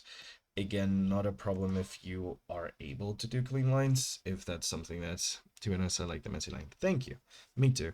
If you're able to do clean lines, it's not really much of a problem because like even when you're doing messy lines, you kind of are thinking about that kind of stuff. But when it comes to like things like animation and stuff, it can be a big issue if you don't know how to do clean lines and your messy lines just like end up warping your character almost into oblivion. So you kind of have to be careful with that, essentially. Our little frog guy. Freaking love her. But yeah, I don't tend to connect all my lines and close them. I do very open line art where like as you can see here, like a lot of the lines don't actually connect. Um that's because I generally like how it looks. It gives it like a lot of freedom and stuff, but it does make it so that like when you're coloring, you kind of have to do the connections that you didn't do before, like here. Like, why is it drawn like that? I don't know. I just kind of like it, but like I did have these connections in mind when I drew it, so it kind of works out anyways. But yeah, no, it's it could definitely be a hindrance if you're not like careful about it having messy lines. So, be careful about it. Mine's usually very messy. Mine aren't usually perfect or clean to be exact, but to be honest, look boring to me. So it is a skill to do clean liners and not make it look like absolute shit. You kind of have to think about like line weight a lot, and you got to make sure that like you make the lines exactly how they should be. The difference between like a sketch and line art at the end of the day is that like in line art you're making a final decision, and so even if your sketch has some interesting decisions, if when you go to do the final decision you make the wrong one, doesn't matter how good your sketch looked, the wrong decision is the one that survived, essentially. So yeah, it can be tricky. It's one of the trickiest things to get right, I think, line art. I could probably do a whole class on line art, to be honest. It's not an easy thing, no. Certainly not an easy skill to master. Not that I'm a master of line arts by any means, but I can do it, so that is something. Do, do, do, do. There we go. So yeah, I think I'm gonna tackle the leaves later. Kind of just want to focus on her for now. She's like complicated enough. So yeah. Oh, I did leave this line that I shouldn't have left. Let us address that. There we go. Fantastic. Line addressed. I struggle to do line in one go, especially with different line weight. Yeah, it's rough to think of line weight. Like even if just random line weight is always gonna look better than no line weight at all, in my opinion. But like good line weight, you are thinking of like interaction shadows between different objects, like where they meet and how that would cast a shadow. You're thinking of like the overall like lighting shadows that they might have. You're thinking of like importance and leading the eye from one place to another. You're thinking of weight and like how heavy as an object is. You're thinking of contact between two objects. It's like there's kind of like a lot to it. It's not like a very simple topic to like do like weight like sorry, not weighted, like line weighted line art. So it is very much a whole skill in it of itself, and you can make different stylistic decisions, because at the end of the day, like line, the reason it feels hard to do is because lines don't actually exist in real life. When you look at something, you don't actually see lines are a way of abstracting and simplifying the world, and anytime you're dealing with abstraction, like there's no wrong answers, but there are certain abstractions that feel more realistic. There's certain abstractions that give more appeal than others. So it becomes like a whole mess of things where you're like trying to decide exactly what kind of abstraction works for you and what your preferences in abstraction are. Like for example, the lines that I use here, they don't have a lot of line weight difference to them. It's very slight. And it's because I kind of like a brush that forces me to like, same as with transparency. They're like 100% transparency, most of my lines, even for sketching. I kind of want to be forced to like reckon with the messiness of my art. If I do something messy, I want to be able to like notice that it's messy before I get to the line art phase and I'm like, oh shit, this is really messy, something weird about it. But I don't know, I kind of like working at 100% opacity with very slight like line weights, which is good though. I do like line weights. It feels so fucking weird working without it. Sometimes I wonder how artists do line weight in one go. Mine usually has imbalanced transit. I think it's a lot of practice, honestly. I think it's like generally like using like a different drawing software where like your hand will like control Z automatically or do like all the shortcuts without you even thinking about it. Like at some point you've spent so many hours doing something that it just becomes second nature.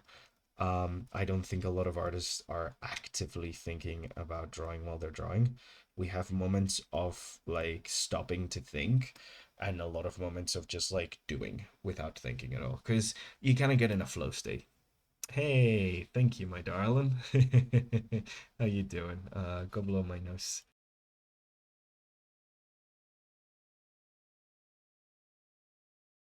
Nose blowing break. Nice. Okay, let's go back to our little frog buddy. Get you all filled in nicely.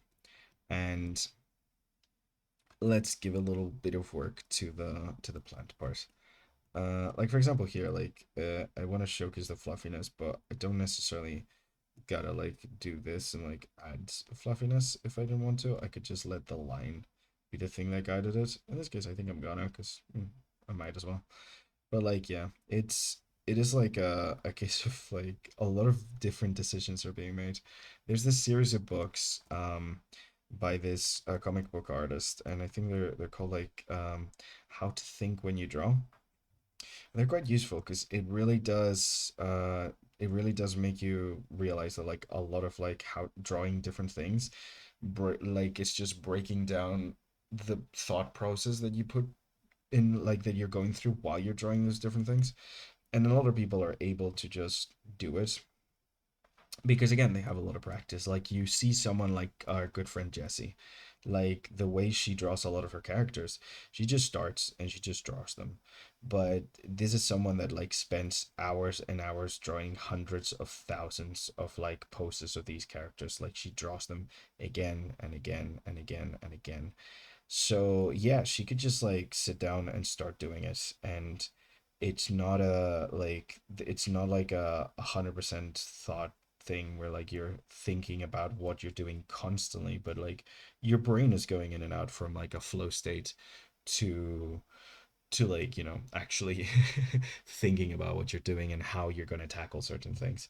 It's back and forth. It's not constant concentration, but it's also not constant flow of like not thinking about things. Like you bump onto different things, and you find a problem and you try to solve it in some way or another, and then you continue. And whenever you're focused on something that you've done 1,000 times, then your brain just kind of turns off for a little bit and you just kind of sort of do it without much thinking. It's a weird thing, but it's like a thing. I think anyone who's like spent hours doing any sort of activity can relate to it, honestly. Also, yes, frog. Indeed, there's a frog right there. Okay.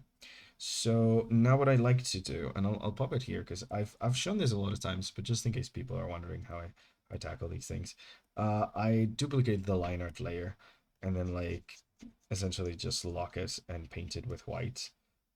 This kind of like lets me see what places like I have yet to cover with like my line art. Like for example, this little bit over here that's been quite abandoned, things of that sort. And also it allows me to make the line art colored by using like blend layers rather than having to like manually color my line art, which I do not like doing. So yeah, I do that. I merge these, lock this layer, and then my line art layer, I have two always. I have a black one at like a certain opacity, and then one that I color this kind of like purple. Um, like really, really dark, but very saturated purple. And I set that to overlay. And essentially it means that now whenever I paint over here, it's going to become like a darker version of like whatever color I have underneath, but with some chromatic aberration. So it's not like fully it's not fully like darker, and not fully like the same kind of color. So yeah, that's kind of how I roll with my process of drawing these kind of things. So yeah, in case you ever looked at my work and you're like, oh man, he must spend hours coloring that line art. I do not. I very much do not. Okay, so I've got a couple of ideas for actual color scheme for her. So there's clearly gonna need to be some warmth with her, because of the specific fish that she has over here. So I'm definitely gonna go towards like an orangey yellows for like her bottom half. And I think I kind of want to take those yellows up throughout her kind of like overall design. So I think this kind of like bright kind of sunny yellow is going to be a big part of it. And then I'm going to work with some greens, but they're not going to be actually green. They're going to look green, but they won't be green. You'll see what I mean in a second. Like what I'm going to do is have a very desaturated yellow like this one to like add green tones. That is not green. That is yellow, but it's very desaturated yellow and it looks green. So I'm going to use that to like keep it very light and very airy and very kind of like bright, because I want a very kind of like bright look for her. So yeah, I think we're gonna go with something like this. And then when it comes to like the kind of like whites, I think we're also gonna do a very warm white, to kind of like for the koi, to create kind of stuff. I might do a little bit of as well for the koi, a little bit of a gradient actually with the airbrush. I think that could be very cool. Cause yeah, cause like more organic kind of like shapes lend themselves pretty well to like these kind of like weird gradient kind of things. So I think I'm gonna do a little bit of that, of just like create some chaotic kind of thing. And again, it's not for I'm not using these for animation, so I might as well have some fun with the actual colors and gradients and things like that. This is fully an illustration, so I get to do a little bit of fun stuff. We get to do a little bit of fun stuff with her. So yeah, I'm gonna go a little bit more red with this, and just duplicate the layer so I can like control this the amounts that I'm using, and essentially just like go through her spots. I think I'm gonna start with the fish part because it's the simplest part and so the more fun part. Yeah. So yeah, so looking at some of these koi, like there's a lot of like the staining that carries on to some of the fins, but for the most part, they seem to stick with like white. So I think I'm gonna do that and like carry some of the staining to the fins, but then like take them to the like yellowish white a lot more. Also to like make their shapes a bit more noticeable over the body. I think making them white's gonna help a lot with that. And I'm just like, I'm not gonna be very careful about this. I wanna have this finished today by the end of the stream, so I'm gonna be a bit chaotic about this kind of stuff. I'm gonna put too much detail into it. You see, I'm not really going too into the actual lines, but just by doing that, you can already see that like she's starting to read as that koi fish that we were going for. So yeah, it's kind of nice, honestly, I think with just a little bit of that, that already reads like a koi. So yeah, that's perfect. We kind of like managed to do exactly what we wanted to here. I'm gonna add a little bit of pink to this white, and I'm gonna use that for like lighting up the fins like this. Um, Again, opening a different layer to like make sure that if I want to, I can go back a little bit on the blending of colors, almost like instead of like painting with like a solid color, I'm painting with a bit of a wash. If you do traditional painting, that would make sense. But yeah, like, so it means that like here I can like work with the opacity and just like blend in that little bit of pink without having to find the exact color myself, essentially. So yeah, that's kind of what I'm doing here. Um, gonna paint all of her fins with this more pinkish kind of like white tone, just because I think it's gonna make them stand out a bit more and read even more like fins. But yeah, the whole idea is like I'm going to go with a very warm color palette for her. I want her to feel sunny and warm and inviting overall. So yeah, so something like this, and like as soon as I like lower the opacity, it not only blends it better, but it also gives us moments like this one where like we can see a little bit through that fin, which like, you know, makes it very obvious that those fins are not like wholly just like, you know, a solid unmovable color, but there's some transparency to them. Makes them look more delicate, which is nice. So, you know, a little bit of something something. But yeah, and yeah, this kind of like idea I want to keep throughout. Gonna just fix these little bits, and what I'm gonna do is add like little on like a different layer. I'm gonna add like a little bit of like dotting, kind of like we've done over here for this bits. So like we can add that little bit of like koi patterning to the tail, even if we're not adding it fully to the tail, just like a suggestion of it. So yeah, something like this. There we go. Amazing. So I think that's where I'm gonna stop with like the base colors for this. We might add some lighting later. I don't know how how like detailed I'm gonna get with the lighting, but I think that already makes her read very much like this cute little koi fish. So we're already in a good track there. Um, Let me make sure we go back to like our solid colors for this. These bits over here. Let's go back to our base yellow and separate all of these from their koi counterparts. There we go. Amazing. So I'm thinking, obviously she's got like this little apron on. I might want to go for the yellow for this apron. For their yellow, for their green. I mean, it's not green, it's yellow, but yeah. I might go for something like this, because like I could also make it white, but I think I might want to make the blouse maybe white, or maybe I make the blouse green and make the yeah, maybe I make the blouse green and make that more like a white. Yeah, I think so. Yeah, I think I'm gonna make the blouse this like yellow green and make the other thing white. Let's try it out. Let's make a little copy just so we can go back if we want to. And let's try it out. I haven't really done a lot of like color palette tests, so I'm just kind of like winging it here, but yeah. Normally what you would do with like a character design, if this was like a character design, in this case, like we're going more for an illustration, but even with an illustration, you would do a couple of thumbnails and like test the colors. But I kind of want to speed through it a little bit to see if we can get below the 4 hour mark today and actually finish drawing, which would be kind of a flex for me, given how slow I am at these things. I think I want to have the garden gloves also be, maybe, I don't know. Maybe I'll keep them like a colder, darker green, something like that. I know it looks like almost gray here when you look at it on its own, but as soon as you put it next to the yellow, you can see how like green it looks. It's very fun. Color context. It's fun. It's weird. Okay, I think I kind of like the blouse being that color, and then we can get a more rosy, more reddish, kind of like white for the apron bit. I think the white apron looks good. Like the idea of a white apron looks pretty good.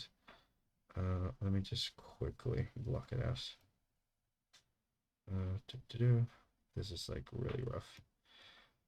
I don't know if I like the white contrasting with this. I'll have to add a bit of shadow there, I think. But yeah, that looks nice. That looks nice. I actually don't dislike it. Okay. I think we might go for this for the color palette then. I'm gonna make it a bit more rosy.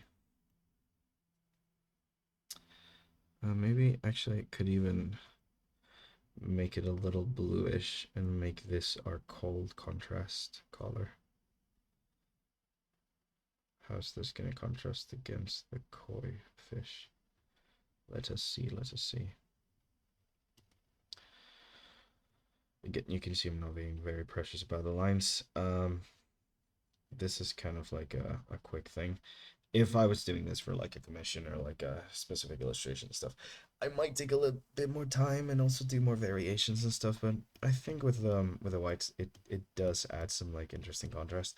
Also, I am thinking of fully giving like the illusion of like a submersion under like the half of the body being submerged under a pond by like doing a little bit of this later on. So like, I might like I'm gonna try and add this kind of vibe, kind of like make it seem like the body is fully submerged under like water. So like, it could be kind of like okay if we keep it like that. So we'll see what we do. And I could add some like green line to like this specific line I added to the apron. So yeah, I think we're gonna stay with this. Yeah. I don't know what color we're gonna make the bow. Might go for a bright yellow. Might seem redundant right now, but that's because we have a lot of yellow because I still haven't replaced most of the yellow, but it should pop later if we have like a very bright yellow thing, or maybe like a pink or like a red kind of thing. Oh, I need to blow my nose again, man. I'm really, I'm really recovering, I swear. I'm doing a lot better. Gosh, every once in a while you kind of have to.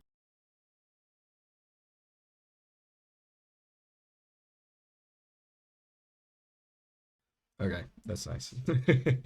Yeah, we might add some red, like light red tones throughout, like maybe like some line here.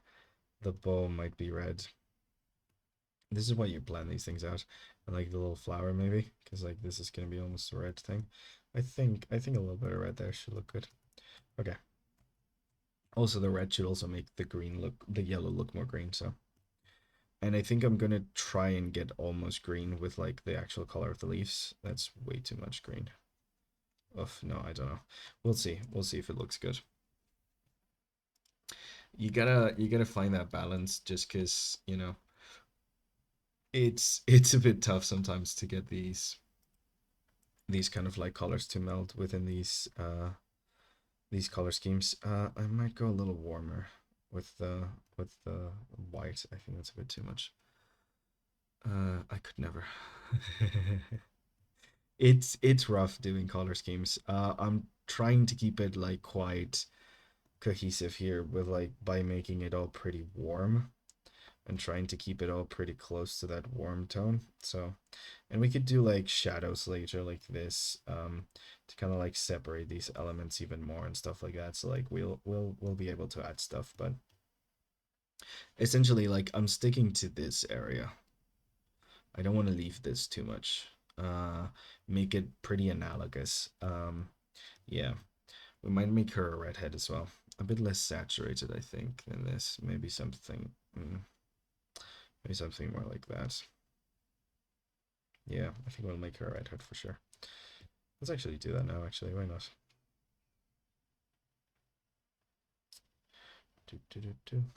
Yeah, I think that works. And she's got freckles, so it works. Just to keep it to that very warm, sunny kind of look. Yellowish can look very sickly and very unpleasant, but it can also look very happy and joyful and warm. And we're trying to stick to that sunny, joyful, warm. It's kind of like whenever, like, if you see me like drawing and do the drawing process a lot of times, I do pick one color and turn it all that one color when I'm starting. And partly the reason I do that is because it makes the line art like pop out a little more, but also because I don't really like staring at the pure white. But also a big reason why I do that is to kind of like remind me to try to make every color choice cohesive to whatever that main color that I've chosen is. We'll do like a whole thing on color this month in the character design course, but yeah, no, it's color theory is a hell of a thing. You can see how well like this red actually frames her face now. Even if I kept her face yellow, like you just have like a nice frame to it. I don't think I'm gonna keep her face yellow though. I think I'm gonna go with like something a bit like orange, maybe a little like light tan, kind of like very very light pale skin. Maybe a bit more life than that. Let's make it a little bit more saturated than that. Yeah, very pretty pale though. Pretty pale. Something like this, I think. Maybe actually a bit warmer than this. My color is usually kind of randomish. What the color palette generator says, I usually use gray for the color background or whatever it's called. Yeah, no, I mean, I do have a dark gray for the background here. Like, I'm not pretending to be like the most utmost color expert in the world, but I do maybe a bit more yellowish than this. Yeah, something like this, I think. But yeah, no, I'm not the best at color, even though I understand color theory quite well. The reason I understand color theory quite well is specifically because I don't have the best color instincts, so I kind of rely on the theory a lot to make sure I don't fuck things up. But yeah, no, it's a complicated thing to learn, and there's a lot of things that go into it. But making a cohesive color scheme can be quite simple once you like understand certain relations and certain like color ideas. Yeah, that looks pretty good. I did want it to be a bit like warmer like that. But yeah, I hope like through me doing these kind of like streams where you see me like go through the whole process and stuff, and like kind of discuss why I'm making certain decisions and stuff, it kind of helps you have a like a get a little better understanding of what the heck color theory is all about. But yeah, um, essentially like there's a lot of relationships between colors and they all make each other do weird things when you put them next to each other, so you kind of have to take all of that into account when you're picking colors. And yeah, no, starting with like a base color that's like your main color, highly recommend doing that. You can see that it's really helping make everything cohesive here. So yeah. Okay, so I'm gonna go for like a darker color version of this for the eyebrows. I always like making the eyebrows darker, even if like they're colored eyebrows. I just like darker eyebrows because like makes them pop a little bit, as you can see there. And then like because she's a little bit of a koi fish, I do want a little bit of like variation with like hair strands and stuff, also to give us a little bit of ideas of like the direction of like her hair and how it's going and stuff. I'm gonna do a little bit of that. So yeah, gives a little bit of a depth to her hair and a little bit of volume and stuff, and creates little variations in tone. And yeah, it works with the whole like idea of the koi fish, which like has like little dots and little variations. You can see already like gives it a more three-dimensional kind of feel to the whole thing. Essentially with hair, I use it like volumetric things like these hair strands.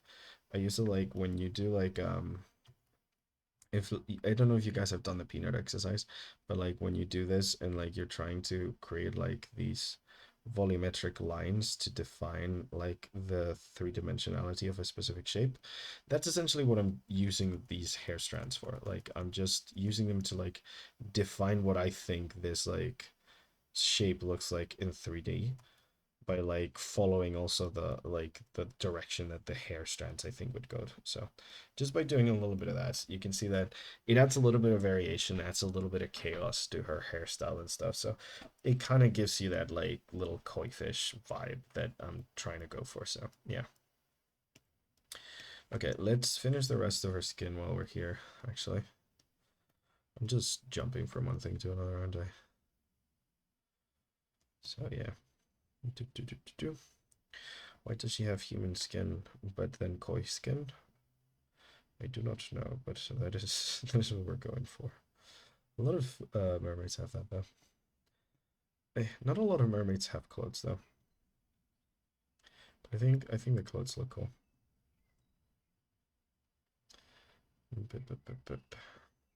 I'm not very good at clothes design. That's why like whenever I need to like do something that like refers to a specific job or gives a specific vibe or something like that, I do gather a lot of reference.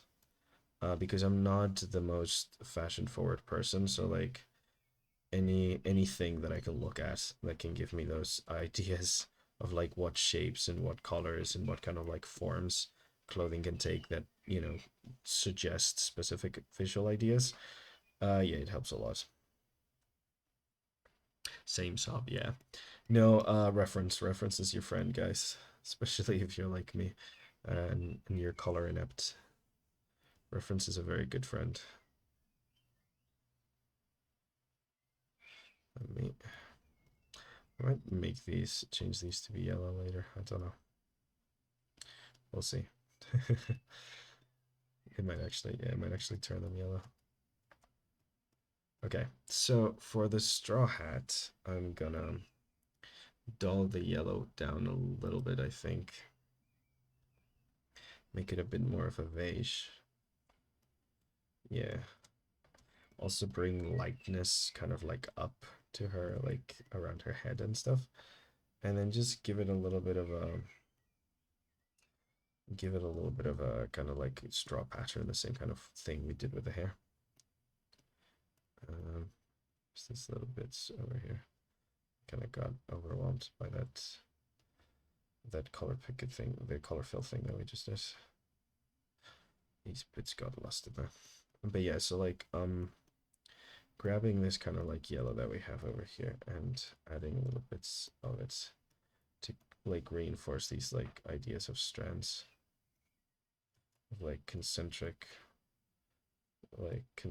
things to make this little straw hat over here, and then like the circular strands kind of stuff. Yeah, something like that. And then set that to multiply. And just hide it a little bit. And it gives us a little bit of texture. It's nothing major, it's nothing too fancy. I'm actually gonna like soften it up over here because I think it's a bit too muddled and stuff. And, like erase bits of it, but it gives us that like little sense of like, it's a straw hat made of straw. So that's pretty cool. Yeah, I think now that as we're seeing less and less yellow, it kind of like we kind of want to bring it back, don't we? So I'm gonna definitely change the gloves to like a yellow. I think I'm gonna make it a bit more yellowish than this, and a bit of a brighter tone. Something like that, I think, could work really well for the gloves, I think. Yeah, certainly. And then we're gonna go back to our like little rhubarb thing and like give it its nice little like red, just light red kind of like thing.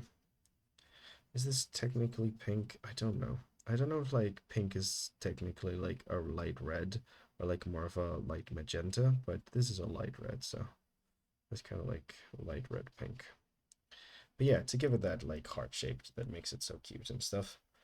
Um, and we might even go for like a very, very dark maroon for like the bow strap actually. To add like a little bit of like this line of darkness that like brings us back to her. I think it might be too much, but I want to try it. Because I know we could just do a darker, more desaturated green. Call it a day there, but I kind of want to try. See what something dark like this would look like. To like add that little bit of contrast and stuff, you know? If I show people my OC or costume design, it might take a while to know what their occupation. Yeah, I mean, it is a big part of character design though to like think about that kind of stuff. It's like, do I want people to actually like read this character quickly? Do I want to mislead them? Do I want this to be like kind of a mystery where they can't tell? Like, it's a big part of it. I'm kind of like gonna go into it a lot this week. I'm gonna be doing a lot of character design. I might complement it with like doing a lot of character design streams, to be honest.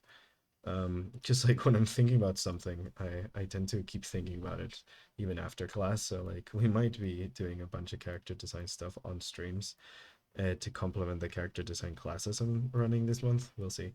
But yeah, no, it's a big part of like the whole character design that you have to think about. It's like, hey, do I want it to be readable to an audience?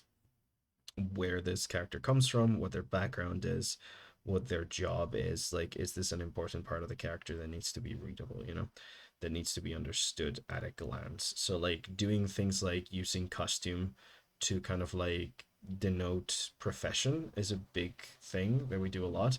Even like you see it even with like futuristic or fantasy films, whenever they want to like reference a real life job that might not exist within that kind of fictional universe or vice versa.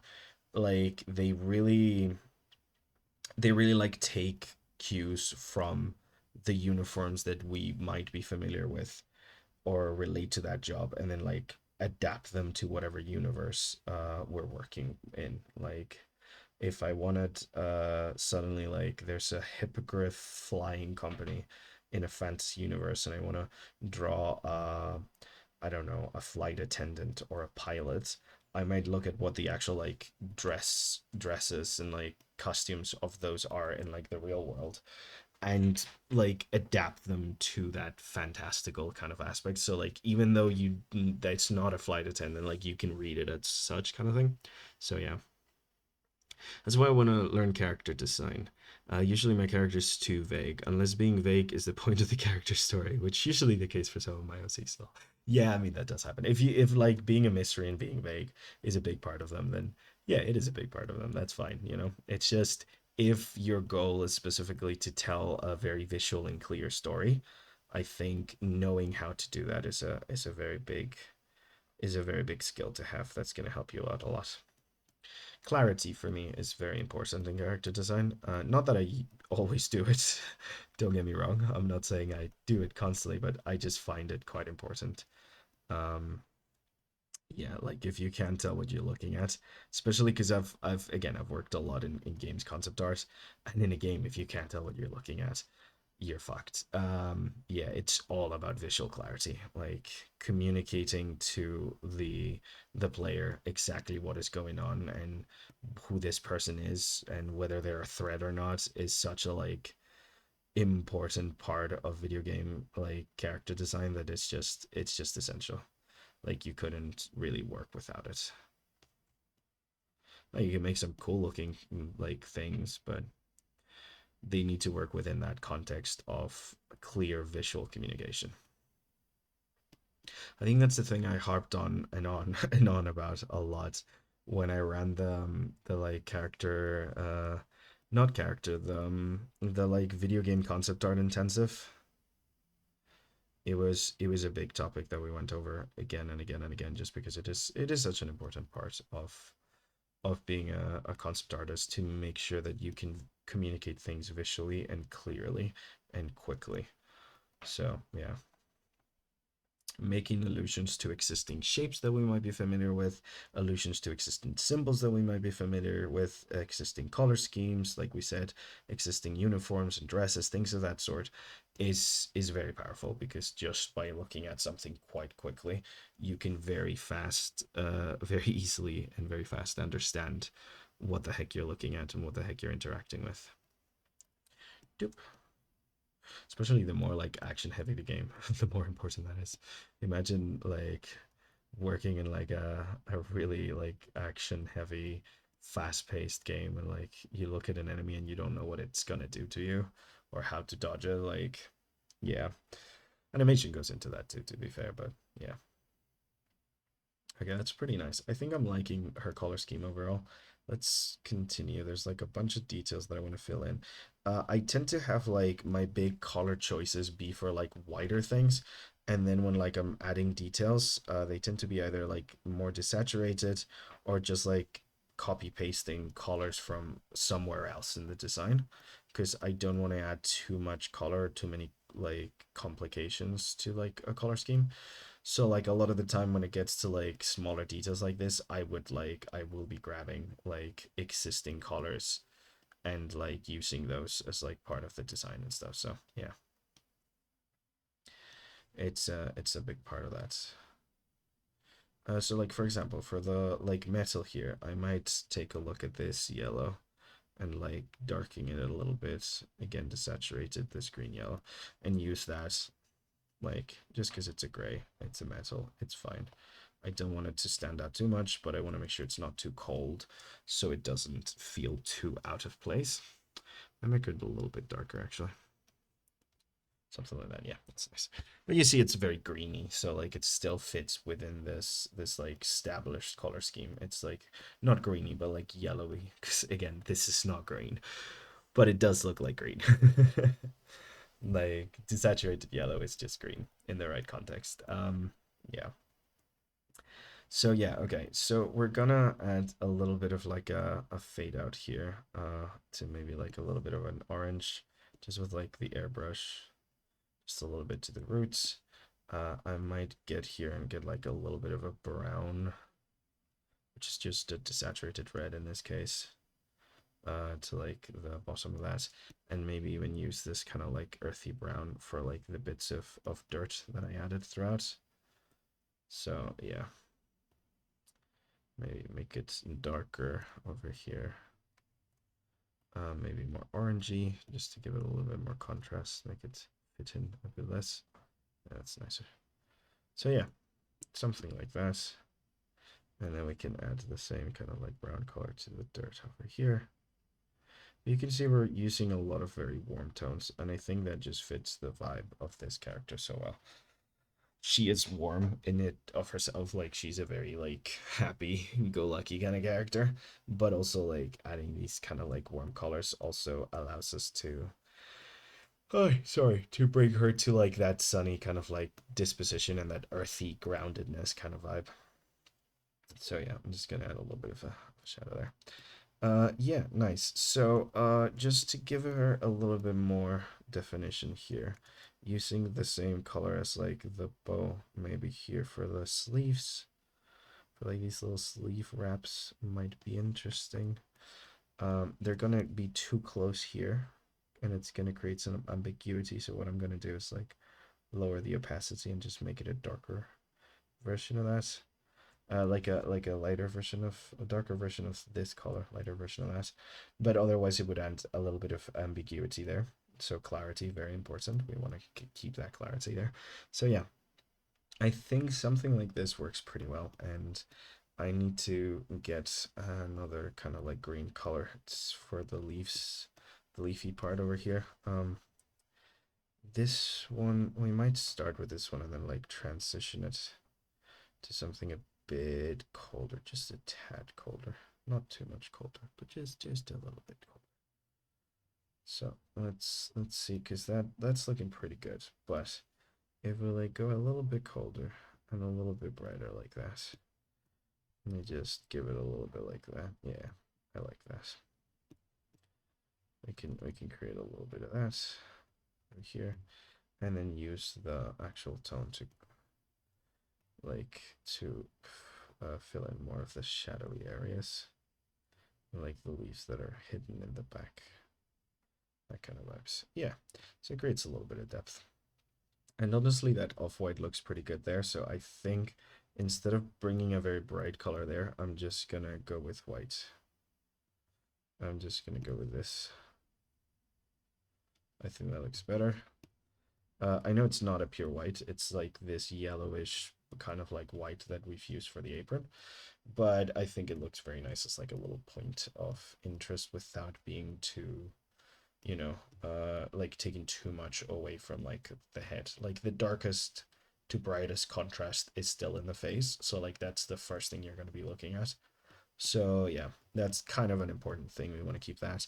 And I might make this little frog same color as Serpo, this like little darker color. Kind of hiding away in the shadows, this little guy. Just to not be too similar to the color of the actual like leaves. Something like that. And then add the, let me get a different layer. I wanted to keep this here so you guys can see it actually. Let's get this color in here to like be the little belly. And then just like opacity a little bit. And the eyes, I'm gonna go with this white again, but don't want to be too bright. So I want to lower the opacity a little bit like that. Amazing. Cool. So now we have these guys over here. I think that's going quite well. Let me make sure that this transition works well. So like we're gonna add this thing over here. Oops, no, I should have done that in a different layer. I wanted to do that in a different layer. Over here, delete the part that's touching the glove, and then just like, erase a little bit so like it looks like the green is transitioning into the pink. And then just like reinforce this kind of like moment here with the hands. That's perfect. I think that's pretty good, honestly. I think that's looking pretty great for flat colors. Let's add a little bit of rouge to her.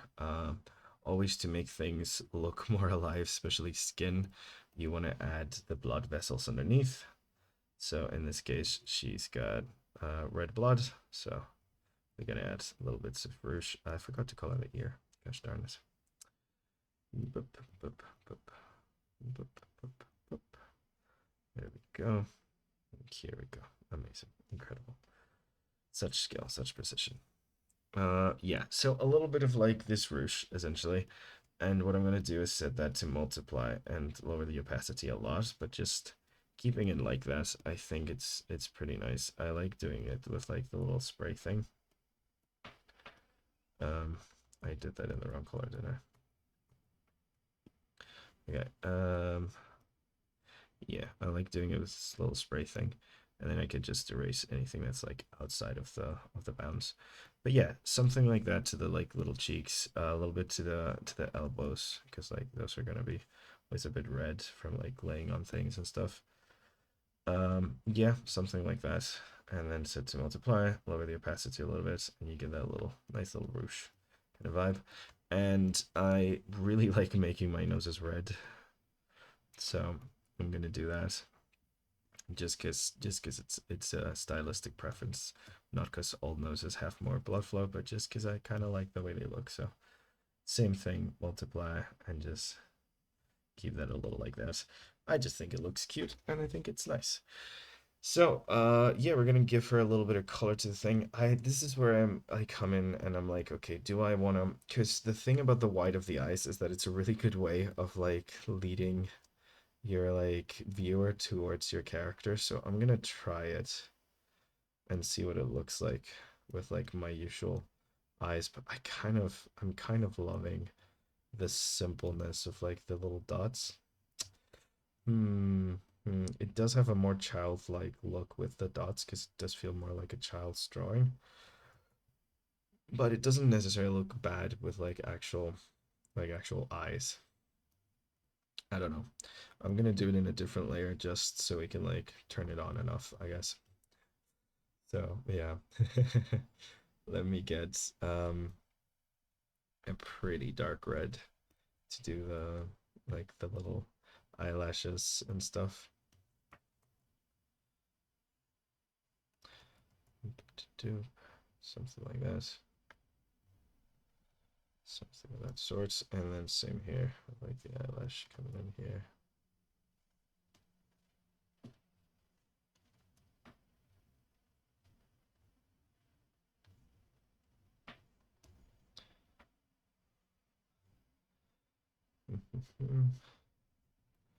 I don't know. Like this is more like my usual style. I don't think she looks bad at all. I don't think she looks bad at all. I think she's quite nice like this. But it does make her like she does look more objectively more like a child in the other way around. Smooth this a little bit more like that. Like she looks more like a child without it, because it looks like this more like childlike kind of drawing. But I think this is fine. So we're gonna keep it. I think maybe perhaps I don't know, guys. Uh, I should get a voting starting first. We're gonna give her these nice yellow green eyes kind of thing. Um, so yeah, so normally like I just do these more kind of like detailed eyes, like pupils and like the collar part of the eyes. I don't know what that's called. Sclera maybe? No, that might be the white of the eye actually. Something like that. So I think she looks fairly good though. And then I'm gonna use a darker green for the actual pupil. Because even though this is darker, I do want it to be a bit like way darker like that. And then a nice little like white highlight. This is the only time in like a drawing that I usually use pure white. It's for this bit. I gives it a little bit of that life. I think it looks kind of cute, right? Yeah. We haven't lost that much, have we? Mm. Oh, sorry, I forgot to mute. Yeah, we haven't lost that much. I think she still looks kind of nice, right? Yeah. Oh, she looks cute. Nice, nice. Okay, good, good, good, good. Thank you, Bob. Okay, so let's get to the mouth then, because like that would be her without it, but I think she looks rather cute. I'm gonna keep it. I have chosen to keep them. Let's go to the mouth. We might use this pinkish thing that we already have over here, because again, reusing colors, pretty good idea. Once you have like a palette down, it makes them all look more cohesive. So this one's nice, but I do want to make it darker for the mouth. That's nice. And then we just highlight the teeth, which I think I'm gonna just go with the same yellowish gray, yellowish white kind of vibe. I think that looks perfect. Yeah, I think she looks fucking adorable. Okay. We're gonna add her, like, I think I'm gonna add a couple of details. I might not even shade her too much, honestly. Because I think I'm liking this kind of like more flat kind of look that we've given her so far.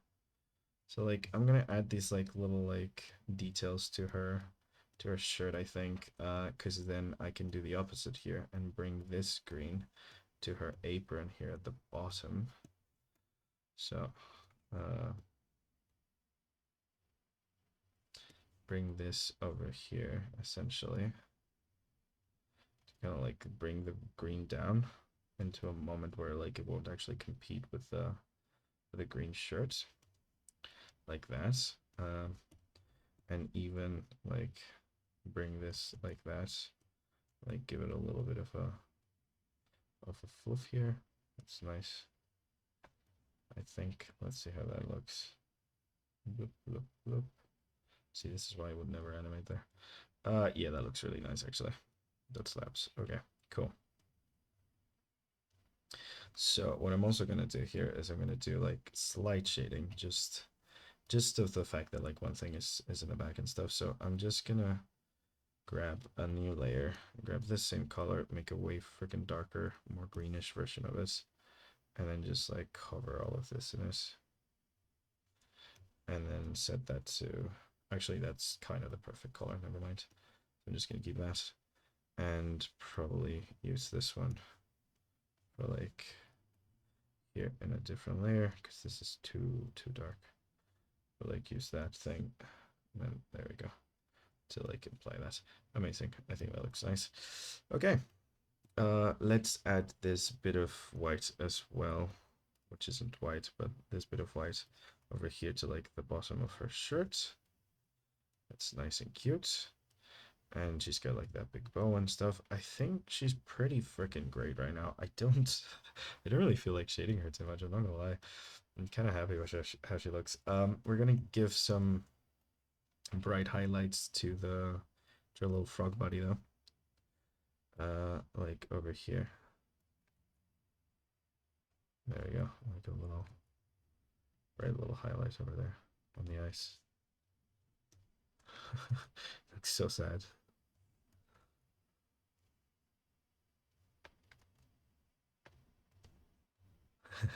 He looks so freaking sad. Maybe over here. Yeah, it's a bit nicer, I think. Keep them consistent on the sides. Yeah. Yeah, that's cute. But yeah, I think that's pretty freaking great. I'm actually really happy with how she turned out. We might give her a nice like little gradient color or something for the background. Um,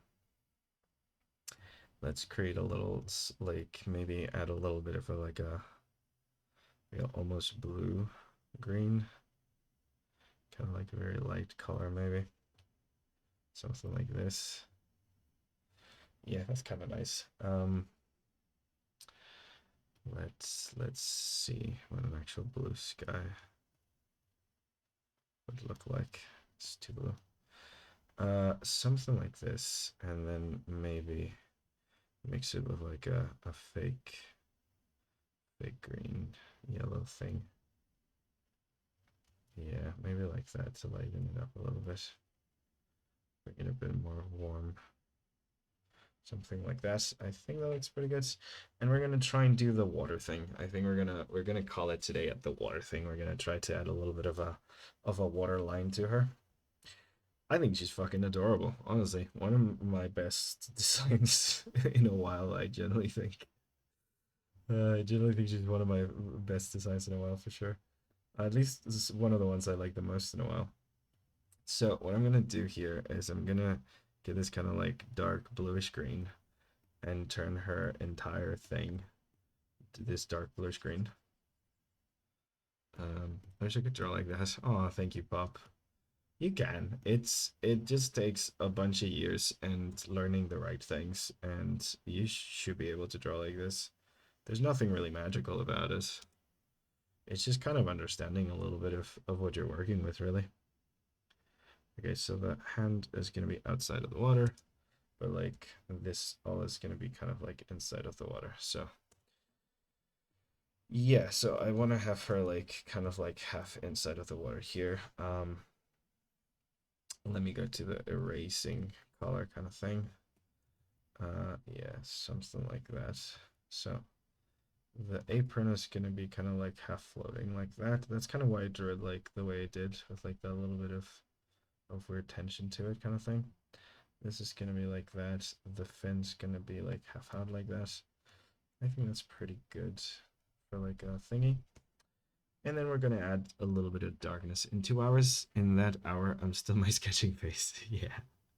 That's good though. You should take your time with these things. You should not rush them. This drawing is kind of rushed, and I took 2 hours to sketch it. So like it's what 5:30. I've taken 2 hours to sketch it. I think we're in hour three and a half at this point, and I'm just about finished coloring, and that's because I haven't shaded at all. So Like it's not necessarily a fast drawing either. I think something like this could look cool. Like giving it like a little bit of a waterline, and I could even like draw some suggestions here to kind of like give it the vibe of like this is actually water. I don't know. Is this like an experiment though? Like it's not necessarily the way I want to go with this. Kind of just an experiment to see if it looks good. I still remember I wanted to learn how to draw fast, and there's some one who studied fast artists. Oh, hey Evie, how you doing? Welcome, welcome. We did a cute garden mermaid, as promised, as was our topic for today. I'm trying to figure out how to do a little bit of a like she's in the water kind of effect. Um, so like yeah, I'm trying to give her a little bit like in the water kind of effect. She's a little koi fish, and I chose to dress her like a Victorian child because that's what I think of when I think cute children. I think Victorian creepy ghosts, apparently. But yeah, no. Something like this, I think, for the thing. Yeah, so we're kind of like trying to give her like a little bit of the effect that she's like halfway underwater. So, and by we I mean me. I was worried I wasn't gonna sleep well because I watched Obsession last night. Oh my god, Obsession is so good. Yeah, no, it caused me full on to like not sleep at all until it was bright out. Thankfully, I was in Scotland when I watched it with my friend Kyle, who might still be on chat lurking. He's at work right now, but he showed up here at the beginning. That movie is creepy as fuck. It's so good though. The fact that like I mean the premise could have so easily turned so toxic and sexist and stuff, and like the fact that it's not, it's just honestly great stuff and one of the spookiest things that I've seen in a really long time. Not that I'm that big into horror, but like goddamn, that was rough. That was so good. The tension building and how it gets you to just be scared of a normal woman. She's just a normal woman. That's it. She doesn't really turn into a demon or nothing. It's just like it's just her. It's so good. If you haven't seen Obsession and you like horror movies, highly recommend. It's a very good horror movie. If you are a scaredy cat like me, maybe think twice before watching it. It's a very good horror movie. So yeah, I wanted to draw fast because I have a lot of low attention span when it comes to my creation. Oh, I get that, Pop. Honestly, yeah, yeah. Take a look at like concept artists. They're usually really good at like drawing fast because like that's the kind of like main thing that they have to do. Sleep was really successful. One of my friends criticized me for kept making work in pro.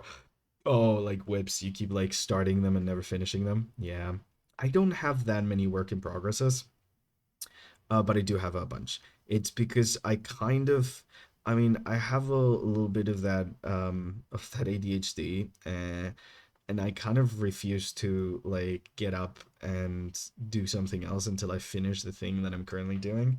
So yeah, it's kind of rough sometimes. So I don't have that many, just because I like if I start something, I kind of want to finish it.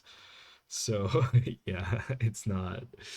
It's for different bad reasons. I drove fast because I'm impatient. I made my partner come to bed early, Lama. Lol. I mean, like Evie, at least you have the kind of like advantage of having a male partner. I have a female partner, and like I basically just warned her after I watched this movie. I was like, if you cuddle me at night and I like jump in terror, it's not you. It's just the movie I just watched. Yeah, that actress is like up every no, like literally, she's so good. The way she no, the way she did it, like I don't think this movie would have been half as good without her. Like I am excited to see her in other stuff. She fucking killed it. Like she did such a good job, genuinely.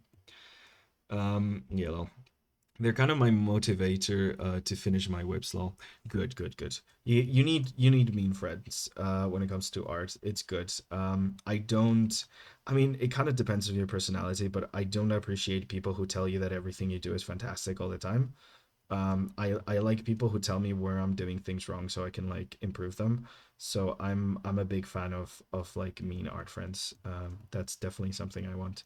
Not like mean to the point of saying you're useless and you're bad, but like people that I know that if I show them something, they're gonna be like, actually that's good, but you know, and they actually tell you what you need to improve about it. Yeah,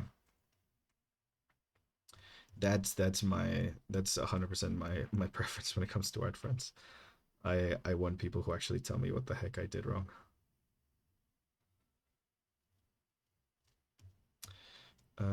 Yeah, let's set this to screen as well. Have it a little like that. Just giving a little bit of an illusion that she's under the pond. You know, she's just working on her garden, like popping out of the pond to like work on her new stuff. And oh my god, look, I got the best heart-shaped radish ever. I have so much unfinished stuff. I don't really consider them works in progress though, because I don't have plans to go back at almost any of them. I mean, true though, I do have a lot of like sketches that I just abandoned full on. Don't stand in the corner of the room in the dark, I will die. Oh my god, that was the thing. Okay, so I was staying at my friend's Kyle's house, and literally, the like his guest room where I was staying, literally the only corner that's empty is the right hand corner at the bottom of the at the back of the bed. God fucking damn it. I woke up like 5 times that night and just instantly turned the light on because I couldn't, man. That was so fucking scary. Oh my god. No, it was awful. I joked to his partner who's like she's wonderful. She's too nice to have done this. She did not. She was way too nice to do it. But I literally joked to her and I was like, tonight, just like in the middle of the night, stand in the corner and like just talk sweetly to him from that corner and say you're watching him sleep. See what happens. Yeah, poor Kyle would have died. No, she's too fucking nice to do it. But goddamn, I feel like things would have been chucked if she actually did it. Like, I would have heard screaming in the middle of the night. Also, they have the most adorable, amazing dog who kept like walking around, and that did not help. Did not help my fucking fear.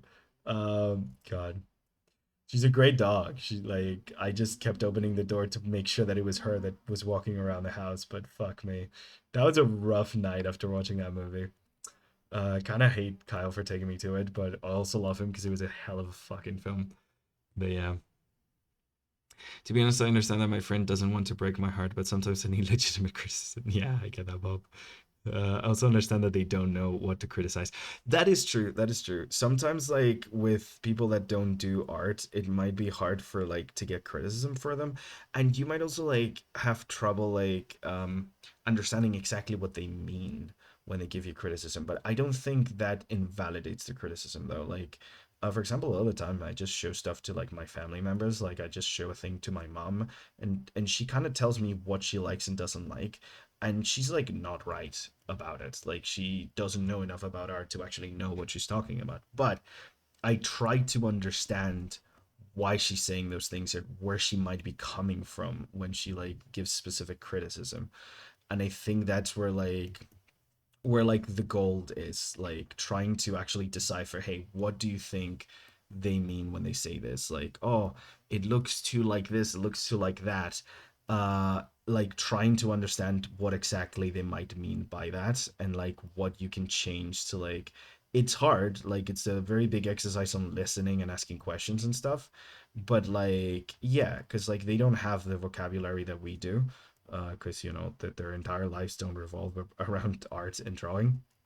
So like you know it's not, it makes sense that you wouldn't expect them to. But the same way when like someone watches a bad movie and they get a bad feeling afterwards, they don't know, they might not know exactly why they didn't like the movie. They just are like, I don't know, there was something about it that I don't like and stuff.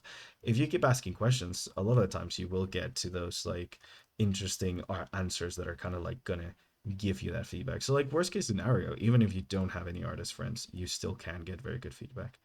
But if not, you can start by giving each other feedback on our wonderful servers, which I will link maybe if I still have this copy pasted. No, I do not.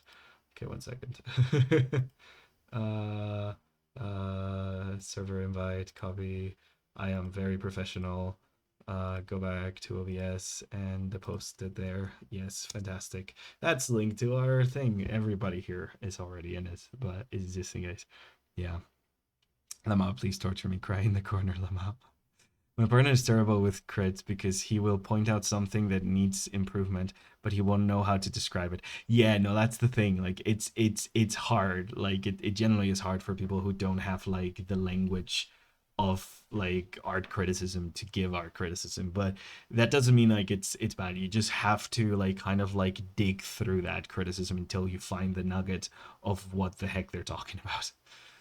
I like how you're showing she's partially underwater, but not having any like actual having the waters as a background. Yeah, that was kind of the idea. I don't actually want to draw a background. I want to like give the vibe of her being underwater without actually drawing a background. Like I like the idea of like, you know, you imagining the water without me having to draw it. Because I'm what you call a lazy artist. Yeah. Uh to be fair, when I look someone else's art, I was like, wow, so wonderful. And then if I saw mine, I'd be very unsatisfied. Lol. That's just because you've stared at your art for so much time and so many hours that it's kind of hard for you to see anything but the flaws. Like that is a very common and relatable thing. Like that happens a lot to a lot of artists. When you stare at your art nonstop for hours and hours, all you're going to see are going to be the flaws. Like that is just part of what happens, you know, when you stare at art a lot. If you like spend as much time looking at other people's art as you do working on your own art, you would probably start seeing the issues with their art as well. It's just you've spent hours on it, like hours of staring at the same things and like thinking about them deeply, whereas like when you see someone else's art, you're just like, oh, that's cool. You know, it's exposure generally. It's why if you're really struggling with a piece, the best thing to do is like get the hell up, go for a walk, do some shopping, see some friends, cook something, then come back and sit back down and be like, oh, there's all the issues that I couldn't see. Because yeah, you get like this weird blindness when you like stare at something for too long. So yeah, that's why we do the flipping of the thing, which I haven't done once today. So let's see. um let's flip the canvas and see how terrible this is. Okay, that's pretty okay. She doesn't look that terrible. That's fine. She's a bit fucked in the face, just a tiny little bit fucked in the face, but it's fine. I'm gonna keep it. This eye is a bit to the side. I don't want to fix it right now. I'm too lazy.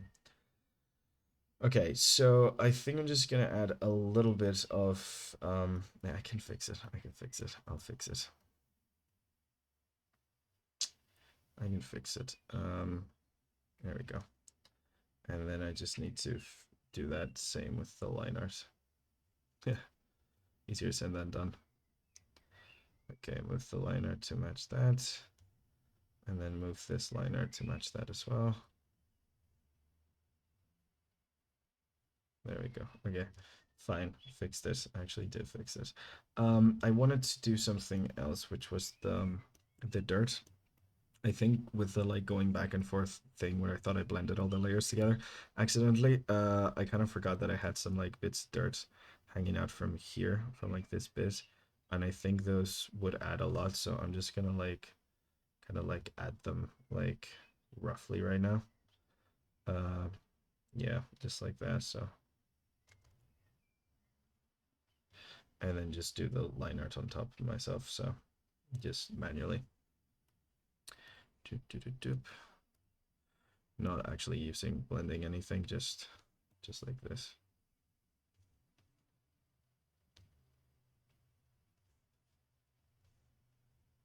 Yeah, there we go.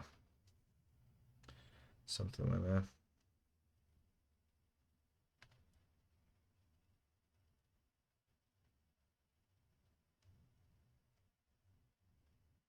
Yeah, something like that, right?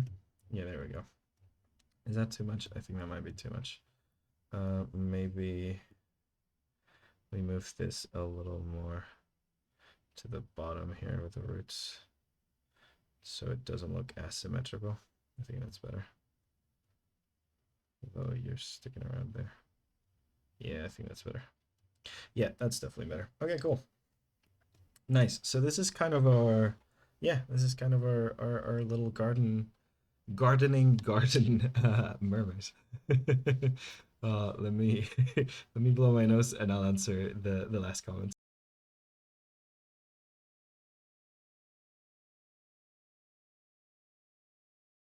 It's always like that glazing other people and art and downplaying your own creation. Yeah, no, it happens. It's really easy to not see the flaw in others' arts unless you stare at it for a long time. The she's fucked in the face. I've been feeling pretty down about my art lately, not gonna lie. It feels like I could be doing better. I need to sit down and make a really good art, but I don't know what. Yeah, that happens, Heavy. What if it was drippy wet because it pulled from underwater flooded style garden? Ooh, that's not a bad idea actually. Yeah, because like the thing I had in mind is like, and also the reason I didn't do any of like the background is like she's like literally like at the edge of the pond, like digging in the dirt and stuff. And part of literally not adding the background is because it would kind of like cover most of her actual like fish body, and I didn't want to cover it. But yeah, actually, and adding like drippy wet parts to like her apron and stuff would be cool too. I do love how the color scheme turned out though, I will say. Also, I don't know if you noticed this, Evie. But yeah, I have the same feeling today, Sob. I've been feeling like that for a month, I think. I also want to tell you guys about a thing that a lot of people are not familiar with, and you didn't see the frog. Well, there she is, little frog lady. She's meant to be kind of hidden, so like you don't really notice her until you notice her. Okay, so there's this thing that a lot of people don't really realize about art and art journeys, and I kind of want to share it with you because I think it might make you feel a lot better about your stumps. There's like you get slumps sometimes, not stumps, slumps. You get a lot of like slumps sometimes. You get in a lot of slumps when you're like doing art. And a lot of the times, you know, you feel like, oh shit, how come I'm worse at art right now than I was like a month ago or whatever the fuck? Like you look back at your art and you're like, this looks worse. Like this generally looks worse. A lot of the time that happens because you're in the process of leveling up. There's this weird thing with art where like when you learn new concepts and start applying them, a lot of the time your art is going to look worse for a little bit before it looks like a whole lot better. And it's this weird form of regression because with a lot of our art, like we kind of like follow patterns and we follow like simple steps and things like that. Like think of like the people that are like starting to like draw anime for the first time, where like they just have that face that you draw from like the front, and they just do that face constantly over and over and over and over again. You're able to get a very nice and quick result that's very reliable and to a level that you're used to of quality. But as soon as you learn a lot of art, that level of quality is going to go up, but it first has to go down because first you have to undo a lot of the things that you've learned. Like you, and a lot of times it happens subconsciously. You are just like, let's say you're getting better at structure or three dimensions, or like you're like learning facial anatomy. Your easy, quick way of drawing that manga face is kind of fucked now. Like if you do that, you know it's wrong, so you're not gonna do it. So when you start drawing a face, like now that you understand better facial anatomy, like in this example, um, it might look like shit for a really like what feels like an eternity, and it's because you're essentially deconstructing the like bad customs that you've learned, and you're learning to draw with like a deeper understanding of what you're doing. So like you're gonna kind of be shit for a bit until suddenly you just like are so much fucking better than you used to be.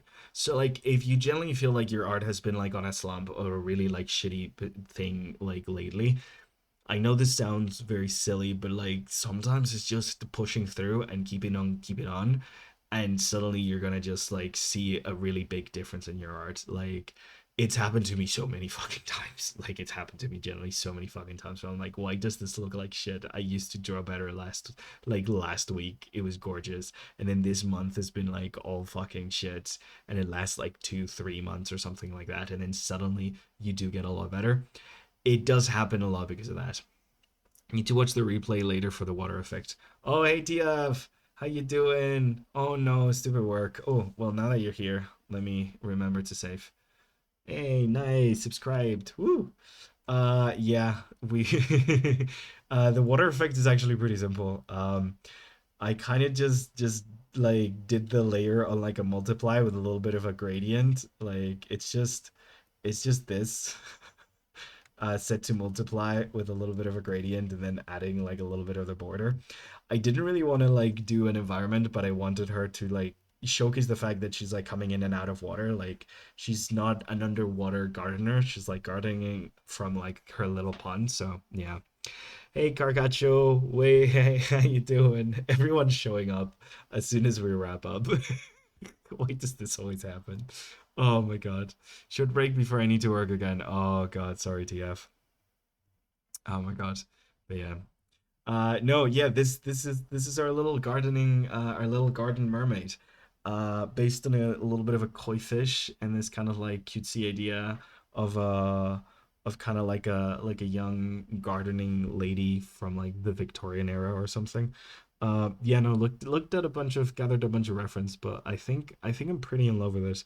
My favorite thing, honestly, about it is the color scheme. I think I kind of nailed it. Like, cause even without the ward effect, even if like you take all of this off, I kind of love her. Like, she's really cute. I think she's one of my favorite things I've done for a while, and I haven't drawn for 2 whole freaking weeks. Like, I literally started drawing yesterday, doing some stuff for like a commission that I've got, because Nat's commissioned me some of her characters and stuff. But God, I haven't drawn for a while, and sometimes it's okay to take breaks. Yeah. Name, she reminds me of like a Rosie. Ooh, could be Rosie. Hazel or Margaret. Oh, I do like Hazel. Is Hazel a type of plant? It feels like a type of plant. Maybe her name is Rhubarb. Actually, Barb. I don't know. I don't know. That's a good one though, Evie. I do need to name my characters. So we do need a name for her. Hazel is a nut. Oh yeah, hazelnut. Yeah. It's a type of plant then. I need maybe okay. You guys give me a couple of suggestions. I like Hazel. I like Margaret. I like Rosie. I might do a poll on the Discord, and you guys can get to name her. Just like a full on open poll on the chat, and just another excuse to drop the Discord. Everyone join our Discord. It's great. I'm gonna like you guys drop a bunch of names. Even on the Discord, you can drop a bunch of names, and we're gonna name her together because I think she definitely does deserve a name. She is very adorable. Also, for everyone who just got here, I don't know if you noticed, she's got a little frog buddy that's helping her pull up this big old radish. So, she's not alone. Nobody works alone. There's always help, and in this case, um, she's got the cutest little helper. She needs a name as well, so like we need two names, one for the mermaid, one for the frog. So yeah. Uh, oh, pound cake. Oh, that is so cute. Oh, that is so cute. Okay. I think we might go with pound cake for the frog like instantly, Evie. That is such a good name for a frog. Little pound cake. Look at her. She's so confused.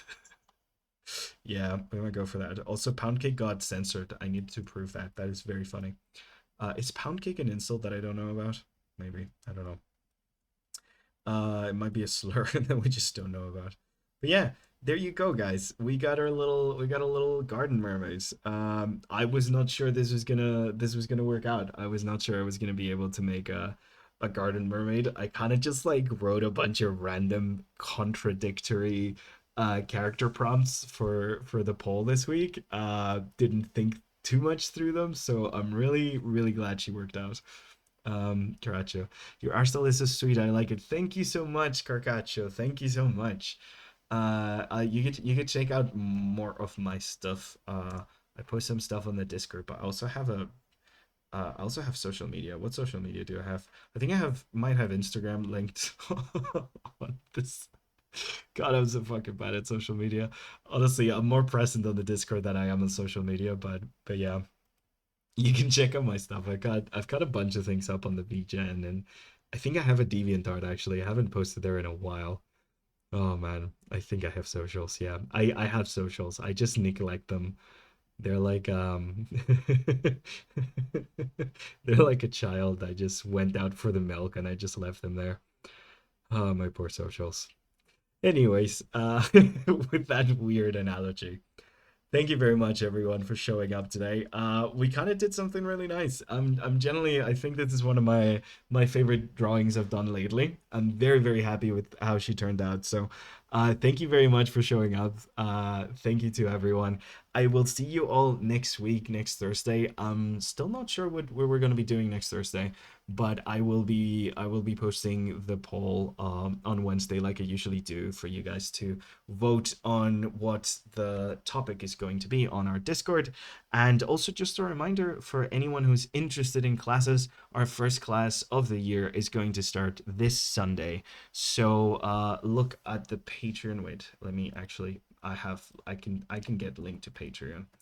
Can I get linked to Patreon? I feel like I can get linked to Patreon. Take a look at the Patreon and see if you're interested in taking part in the classes. I am not very good at English prepositions, if you have noticed already. Patreon. There we go. Okay. Preview. Yes, I want to actually see the pace. Fantastic. I can send you guys the tiers, and you can take a look at more details and stuff. Wish I could join, but I don't have the money. I understand, Pop. No worries at all. Yeah, no, and hopefully these classes, I will record each one of the classes that we have. I think Guy's the only one we're having so far, so he's getting private lessons. The more people join in, the lower the price is gonna get for the monthly thing. But yeah, no, essentially, these classes will be recorded, so you can also sign up for the recorded version if you don't like if the dates don't line up or you just want to do it in your own pace. And after a while, I'll be able to like upload them to the Patreon so you can just like get the classes individually. But this month we're doing character design, so like it's a whole month of character design stuff.